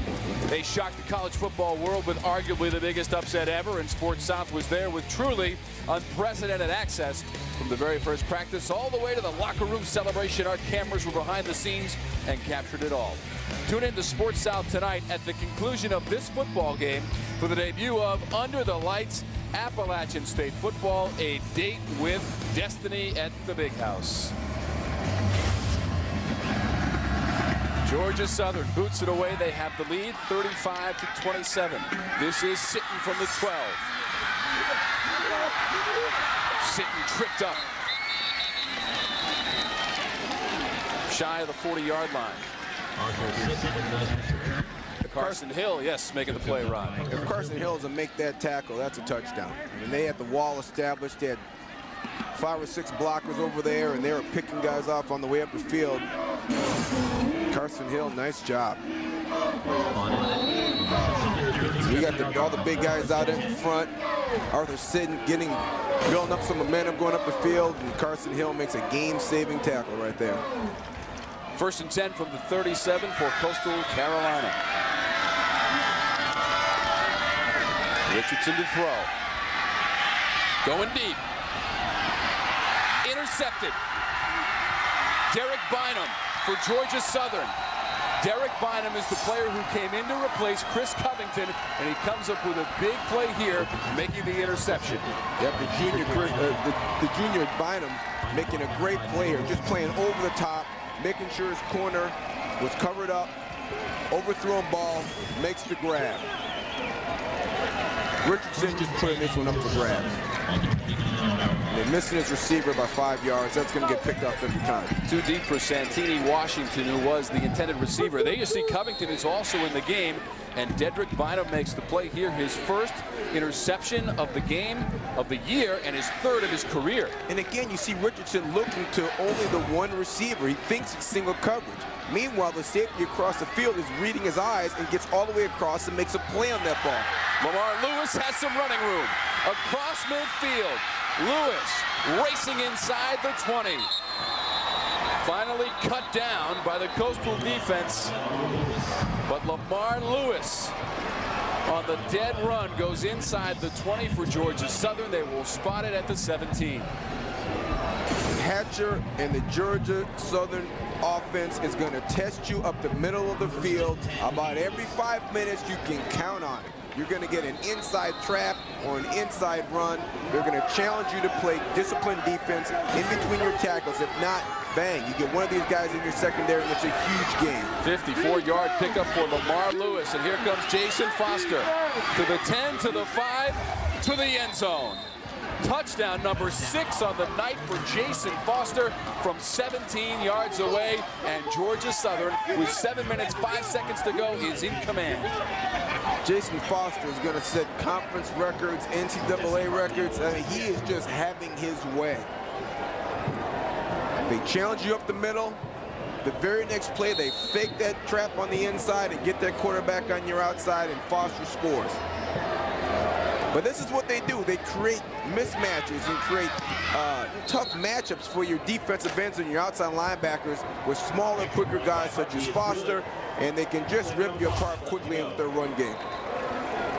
The 6th touchdown run of the game for Jason Foster from 17 yards away. He makes it look easy, and Georgia Southern has the lead, 42-27.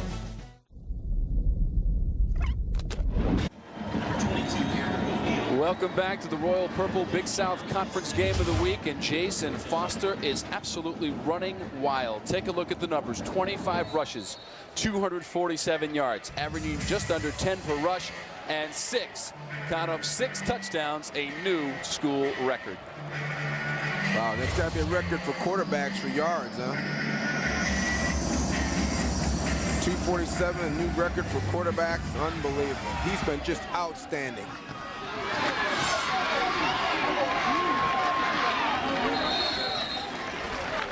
Just like that, it is 42-27.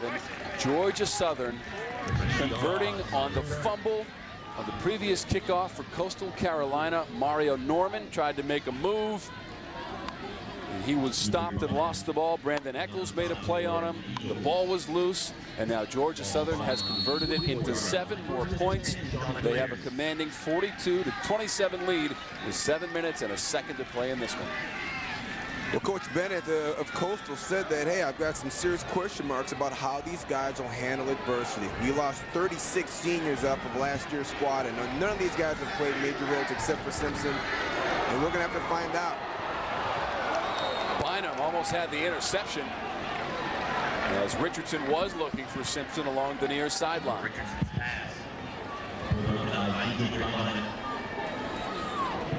Will Richardson can complete just about anything he wanted if he would just look off. He backs up, he's steering one direction. See the safety breaking across the field? Almost makes the interception. Everybody's just reading his eyes and running to where the football's going to go. Diedrich Bynum made the interception on the last drive for Georgia Southern to get things started.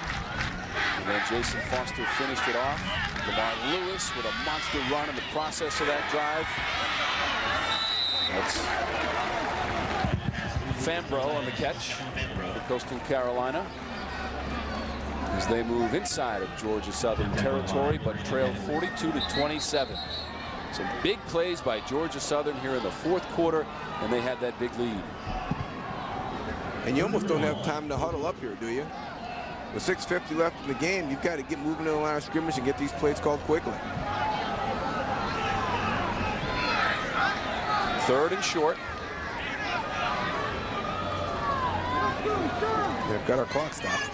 Well, the clock is stopped. The officials are discussing the situation. And let's get the word. Please reset the game clock to 6:49.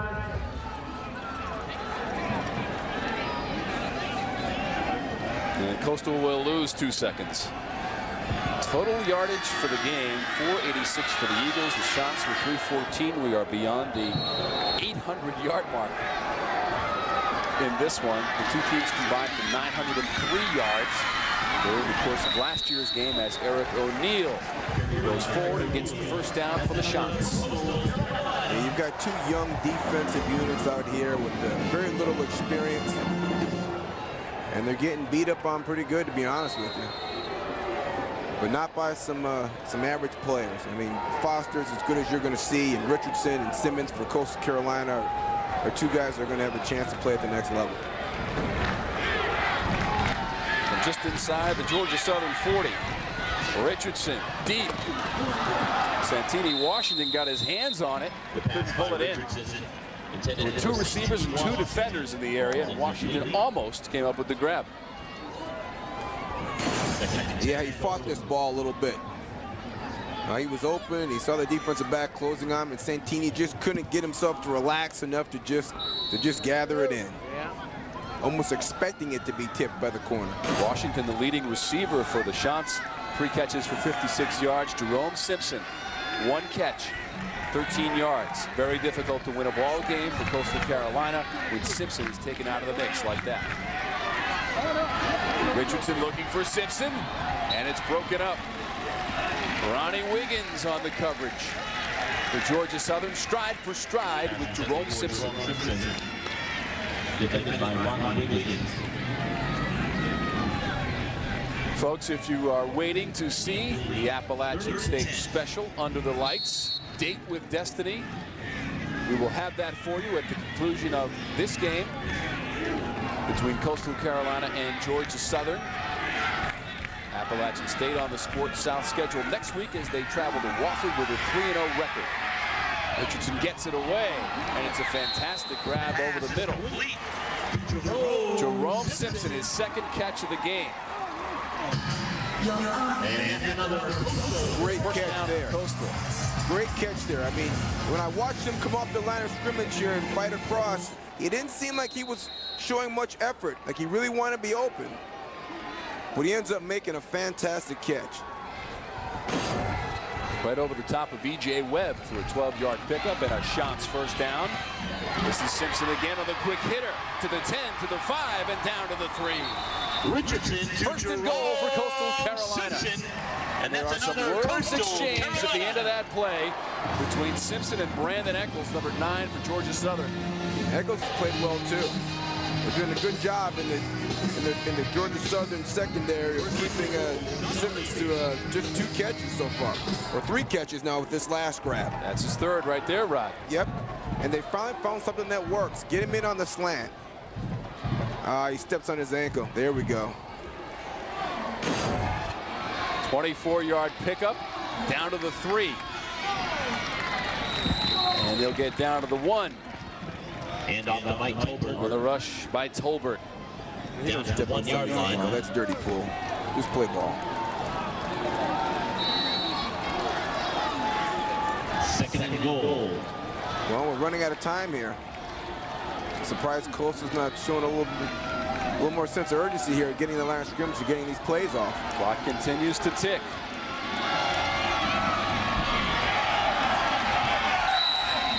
Rashid Gauss. And off to Rashid Nothing Gauss. there. No gain. All right, now you got to get set here. You've got to get the next play signaled in and get back to the line of scrimmage if you want to have a chance to win this football game. We've got to move. 4 minutes, 38 seconds to go. 3rd and goal for Coastal Carolina from the 1, trailing 42 to 27. Play action pass off of this. Tolbert into the end zone.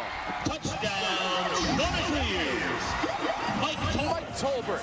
1-yard touchdown. 3rd touchdown run for Mike Tolbert. Makes it 42 to 33 with 4:27 to go in the game. Coach Bennett was not going to go away from it, was he? Now, I'm going to get my 250-pound Tolbert banging on your defense, and we'll run that thing 4 times in a row if we have to, but I'm not going away from it, and we're going to end up getting 7 points right on our big guy's back. The senior Mike Tolbert, his 3rd rushing touchdown of the night, 3rd of the season, as Coastal Carolina playing in its 3rd game of the season, 1-1 so far in 2007. After going 9-3 in 2006 and making the postseason for the first time in program history, which started in 2003 officially when they first started playing games. 2002 was a preparatory season. Yep. There's Tolbert once again into the end zone. Yeah, it just has great pad level and gets vertical down the field. He doesn't run lateral. He tried it that one play. They got him lateral. He hop-stepped. He tried to get to the perimeter. It didn't work out for him. Ever since then, he's been turning those shoulder pads straight up and down, north and south, and getting things done. Nice job at Tolbert. He scored 7 touchdowns in 2006 and now has 3 in 2007, all coming in this game against Georgia Southern. 2 here in the fourth quarter, and he also scored in the second quarter on a 6-yard touchdown run as he hammers his way in. Good job by the offensive line sealing down there. I mean, there's nobody to hit him until he gets about a yard in the end zone, and he has that ball covered up. You saw that? He's not going to fumble it again. Let's take a look at the Royal Purple Big South Conference standings. It is early in the season. Liberty has a 2-0 overall record. Coastal Carolina 1-1 and trying to produce a comeback victory here against Georgia Southern. Gardner-Webb 1-1, Charleston Southern and VMI 1-2. Coastal Carolina next Saturday at James Madison, the number 7 team in the country. And as documented earlier in the broadcast, David Bennett's team beat James Madison in 2005. They were ranked number 1 at the time, and Coastal Carolina beat them 31-27. James Madison was the defending national champion at the time. And Georgia Southern will take a timeout here with 4 minutes, 27 seconds to go in the game, and leading 42-34. A very interesting 4.5 minutes to go in this one, Rod. Yeah, and Coach Bennett just signed just inked a 10-year deal here. He's not going anywhere, and he's got a year buyout on this thing, so he's planning on being here for a while. He's just in a tough situation personnel-wise. When you lose 36 starters, more than anybody else in the nation, it's just tough when you have that many new guys coming into play, not to mention 7 All-Americans and 2 guys going to the pros, 2 guys making pro rosters. The quarterback Thigpen playing for Kansas City, and we have a safety over in Carolina. Quentin Teal is the defensive back with the Panthers, yes. And Rodney Burgess was one of the last cuts for the New York Giants. He's a tight end out of Coastal Carolina. Tyler Thigpen, the first ever Big South player taken to the NFL draft, drafted in the 7th round by Minnesota. The first Big South player to move on to the next level, joining him, Quentin Teal, the defensive back from last year's Coastal Carolina team. The low line drive kick stays in bounds. And Georgia Southern will just fall on it in the form of Raja Andrews. Number 21, Raja Andrews. So Georgia Southern takes over 1st and 10 from its own 18-yard line. And remember, if you are waiting on the Appalachian State Special Under the Lights, Date with Destiny, you will see it at the conclusion of this football game between Coastal Carolina and Georgia Southern. The Eagles from Georgia Southern with a 42-34 lead with 4 minutes and 27 seconds to go in the game. Very easy to recap the scoring for Georgia Southern. 6 touchdowns by that man, number 4, Jason Foster. Yeah, he's just been outstanding. He threw the 1 interception, but other than that, he's been flawless. Lamar Lewis busting through the line up to the 25. Hand off to Lamar Lewis. I mean, if you're running the ball this well, you don't have to throw it. There are no throws. If you can run the ball with this kind of effectiveness and get 9 yards of carry out of your quarterback position, not to mention you got your other guys pitching in. You have 4 seniors on that offensive line and a 5th-year junior pounding it in there. I mean, Georgia Southern is poised to be a very, very good football team this year if they can get that defensive front figured out. And Rod, how about Lamar Lewis? 15 carries for 144 yards. And number 6 gets the call again. Hand off again May have gotten a yard on the play. Philip Obo, number 43, and on the stop for Coastal Carolina as Lamar Lewis. Incredible work tonight by number 6, the 5'9" senior from Jacksonville, Florida, a transfer from Florida State. 144 yards total on the night. Yep, Lamar Lewis outstanding tonight, running with great power and good vision. Lewis also went over 100 yards in last year's game against Coastal Carolina. A victory for Georgia Southern, 38-21 in Statesboro. Here comes Foster. He's up across the 30, and that will be good enough for a Georgia Southern first down. They will move the sticks, and more importantly, the clock will continue to move as well with 3 minutes and 2 seconds to go in this game. Yeah, Coach Bennett had some questions about how his team was going to respond to some adversity, and they're going to have a first-hand look at it right now. Got a lot of first-time starters out there for Coastal Carolina. They have not been in this situation before. The team has, but none of these guys were playing. So this is a new situation for them. Jason Foster, 26 carries, 252 yards, and 6 touchdowns. And there goes number 4 again. You know, he may be only 5'9", 164, but pound for pound, has to be one of the strongest players on the field. Well, he runs with great pad level. I'm not sure how strong he is, but what he does do is get his pads underneath your pads and low man win. So he plays with great leverage, which makes him play strong. Absolutely, I agree. With face mask to face mask with number 43, Philip Obo on that play, who is 6'2", 220 pounds, and Foster took him on. Very difficult to tackle, very shifty, incredibly fast. And he is chewing up yardage like it's going out of style tonight. 255 total yards on the ground for Jason Foster. 6 TDs on the night, setting the record for quarterbacks. Take a look, Rod. Great job at the end of this run, just showing heart, getting it pushed into the end zone.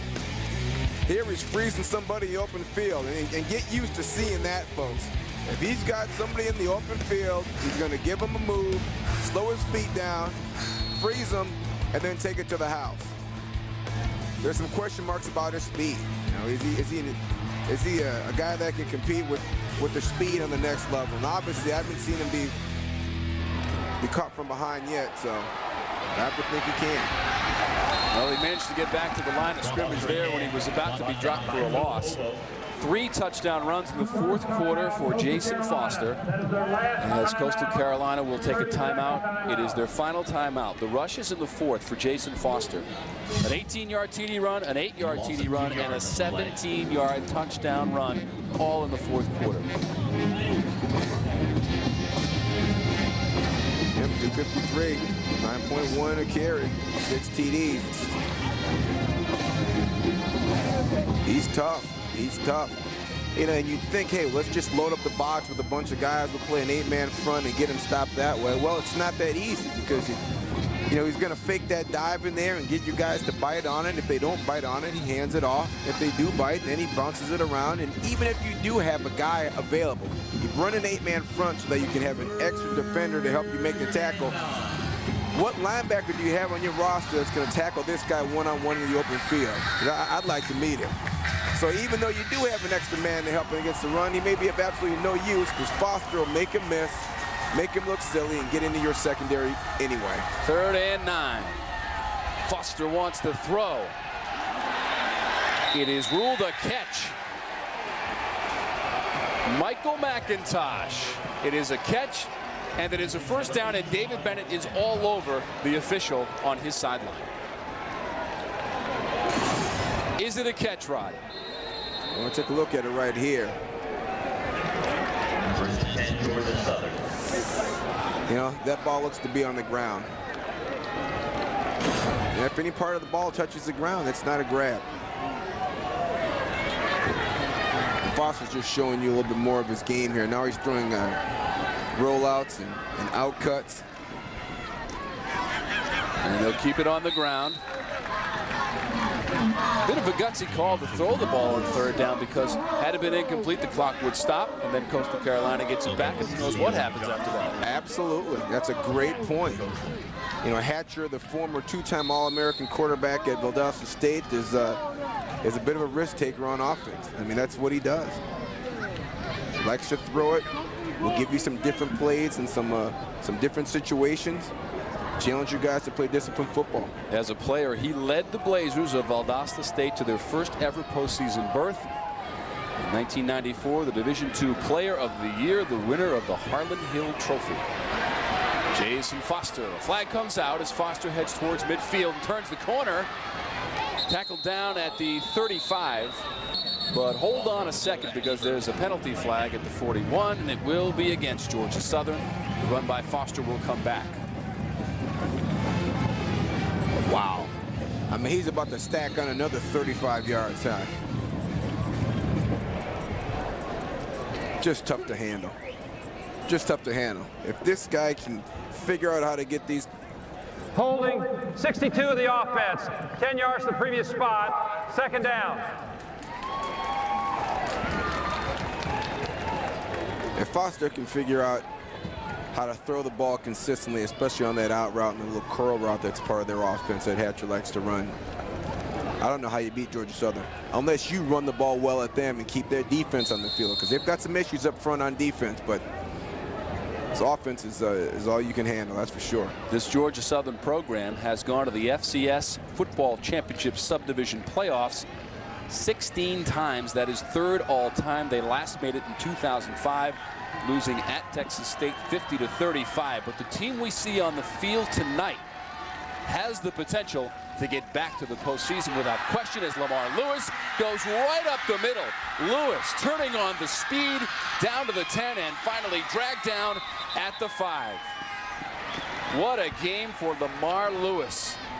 And he's angry at himself for not getting in the end zone, banging his hand on the turf. That was a great effort by your cornerback to get over here and make the play on Lewis. Lewis gets wrapped in the middle of the field on that inside trap. You're worried about the quarterback.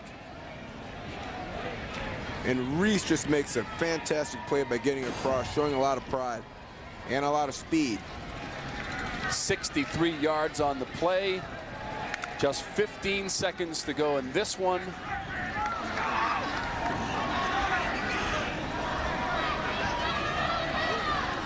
Foster will just take a knee, and that will be the final snap of the game. The clock runs out. Jason Foster with a 6-touchdown performance. He is without question our Leg Mason player of the game. Rod, 251 rush yards and a school record for quarterbacks with 6 touchdowns. Yeah, Jason Foster is everything that we heard he'd be. He's the quickest football player with the ball that I've seen in 5 years or so, and I'd be surprised if he doesn't find his way onto an NFL roster next year. Jason Foster is our Leg Mason player of the game. Chris Hatcher and David Bennett, they met once before, and Bennett got the best of Hatcher in the Division II playoffs. Tonight, it's Hatcher winning the game 42-34 over Coastal Carolina. This is a place where Coastal does not lose. Their record drops to 19-5 here at Brooks Stadium, 11-3 at night. Georgia Southern, their record now goes to 2-0, combining tonight's victory with the win over West Georgia, and they are a good-looking team. Our final score from Brooks Stadium in Conway, South Carolina. The Georgia Southern University Eagles 42, the Coastal Carolina Chanticleers 34. Tune in next week for more FCS football as top-ranked Appalachian State takes on 10th-ranked Wofford. Now stay tuned for Under the Lights, Appalachian State Date with Destiny. For my broadcast partner Rod Smith, I'm Tom Wormy. So long from Conway, South Carolina.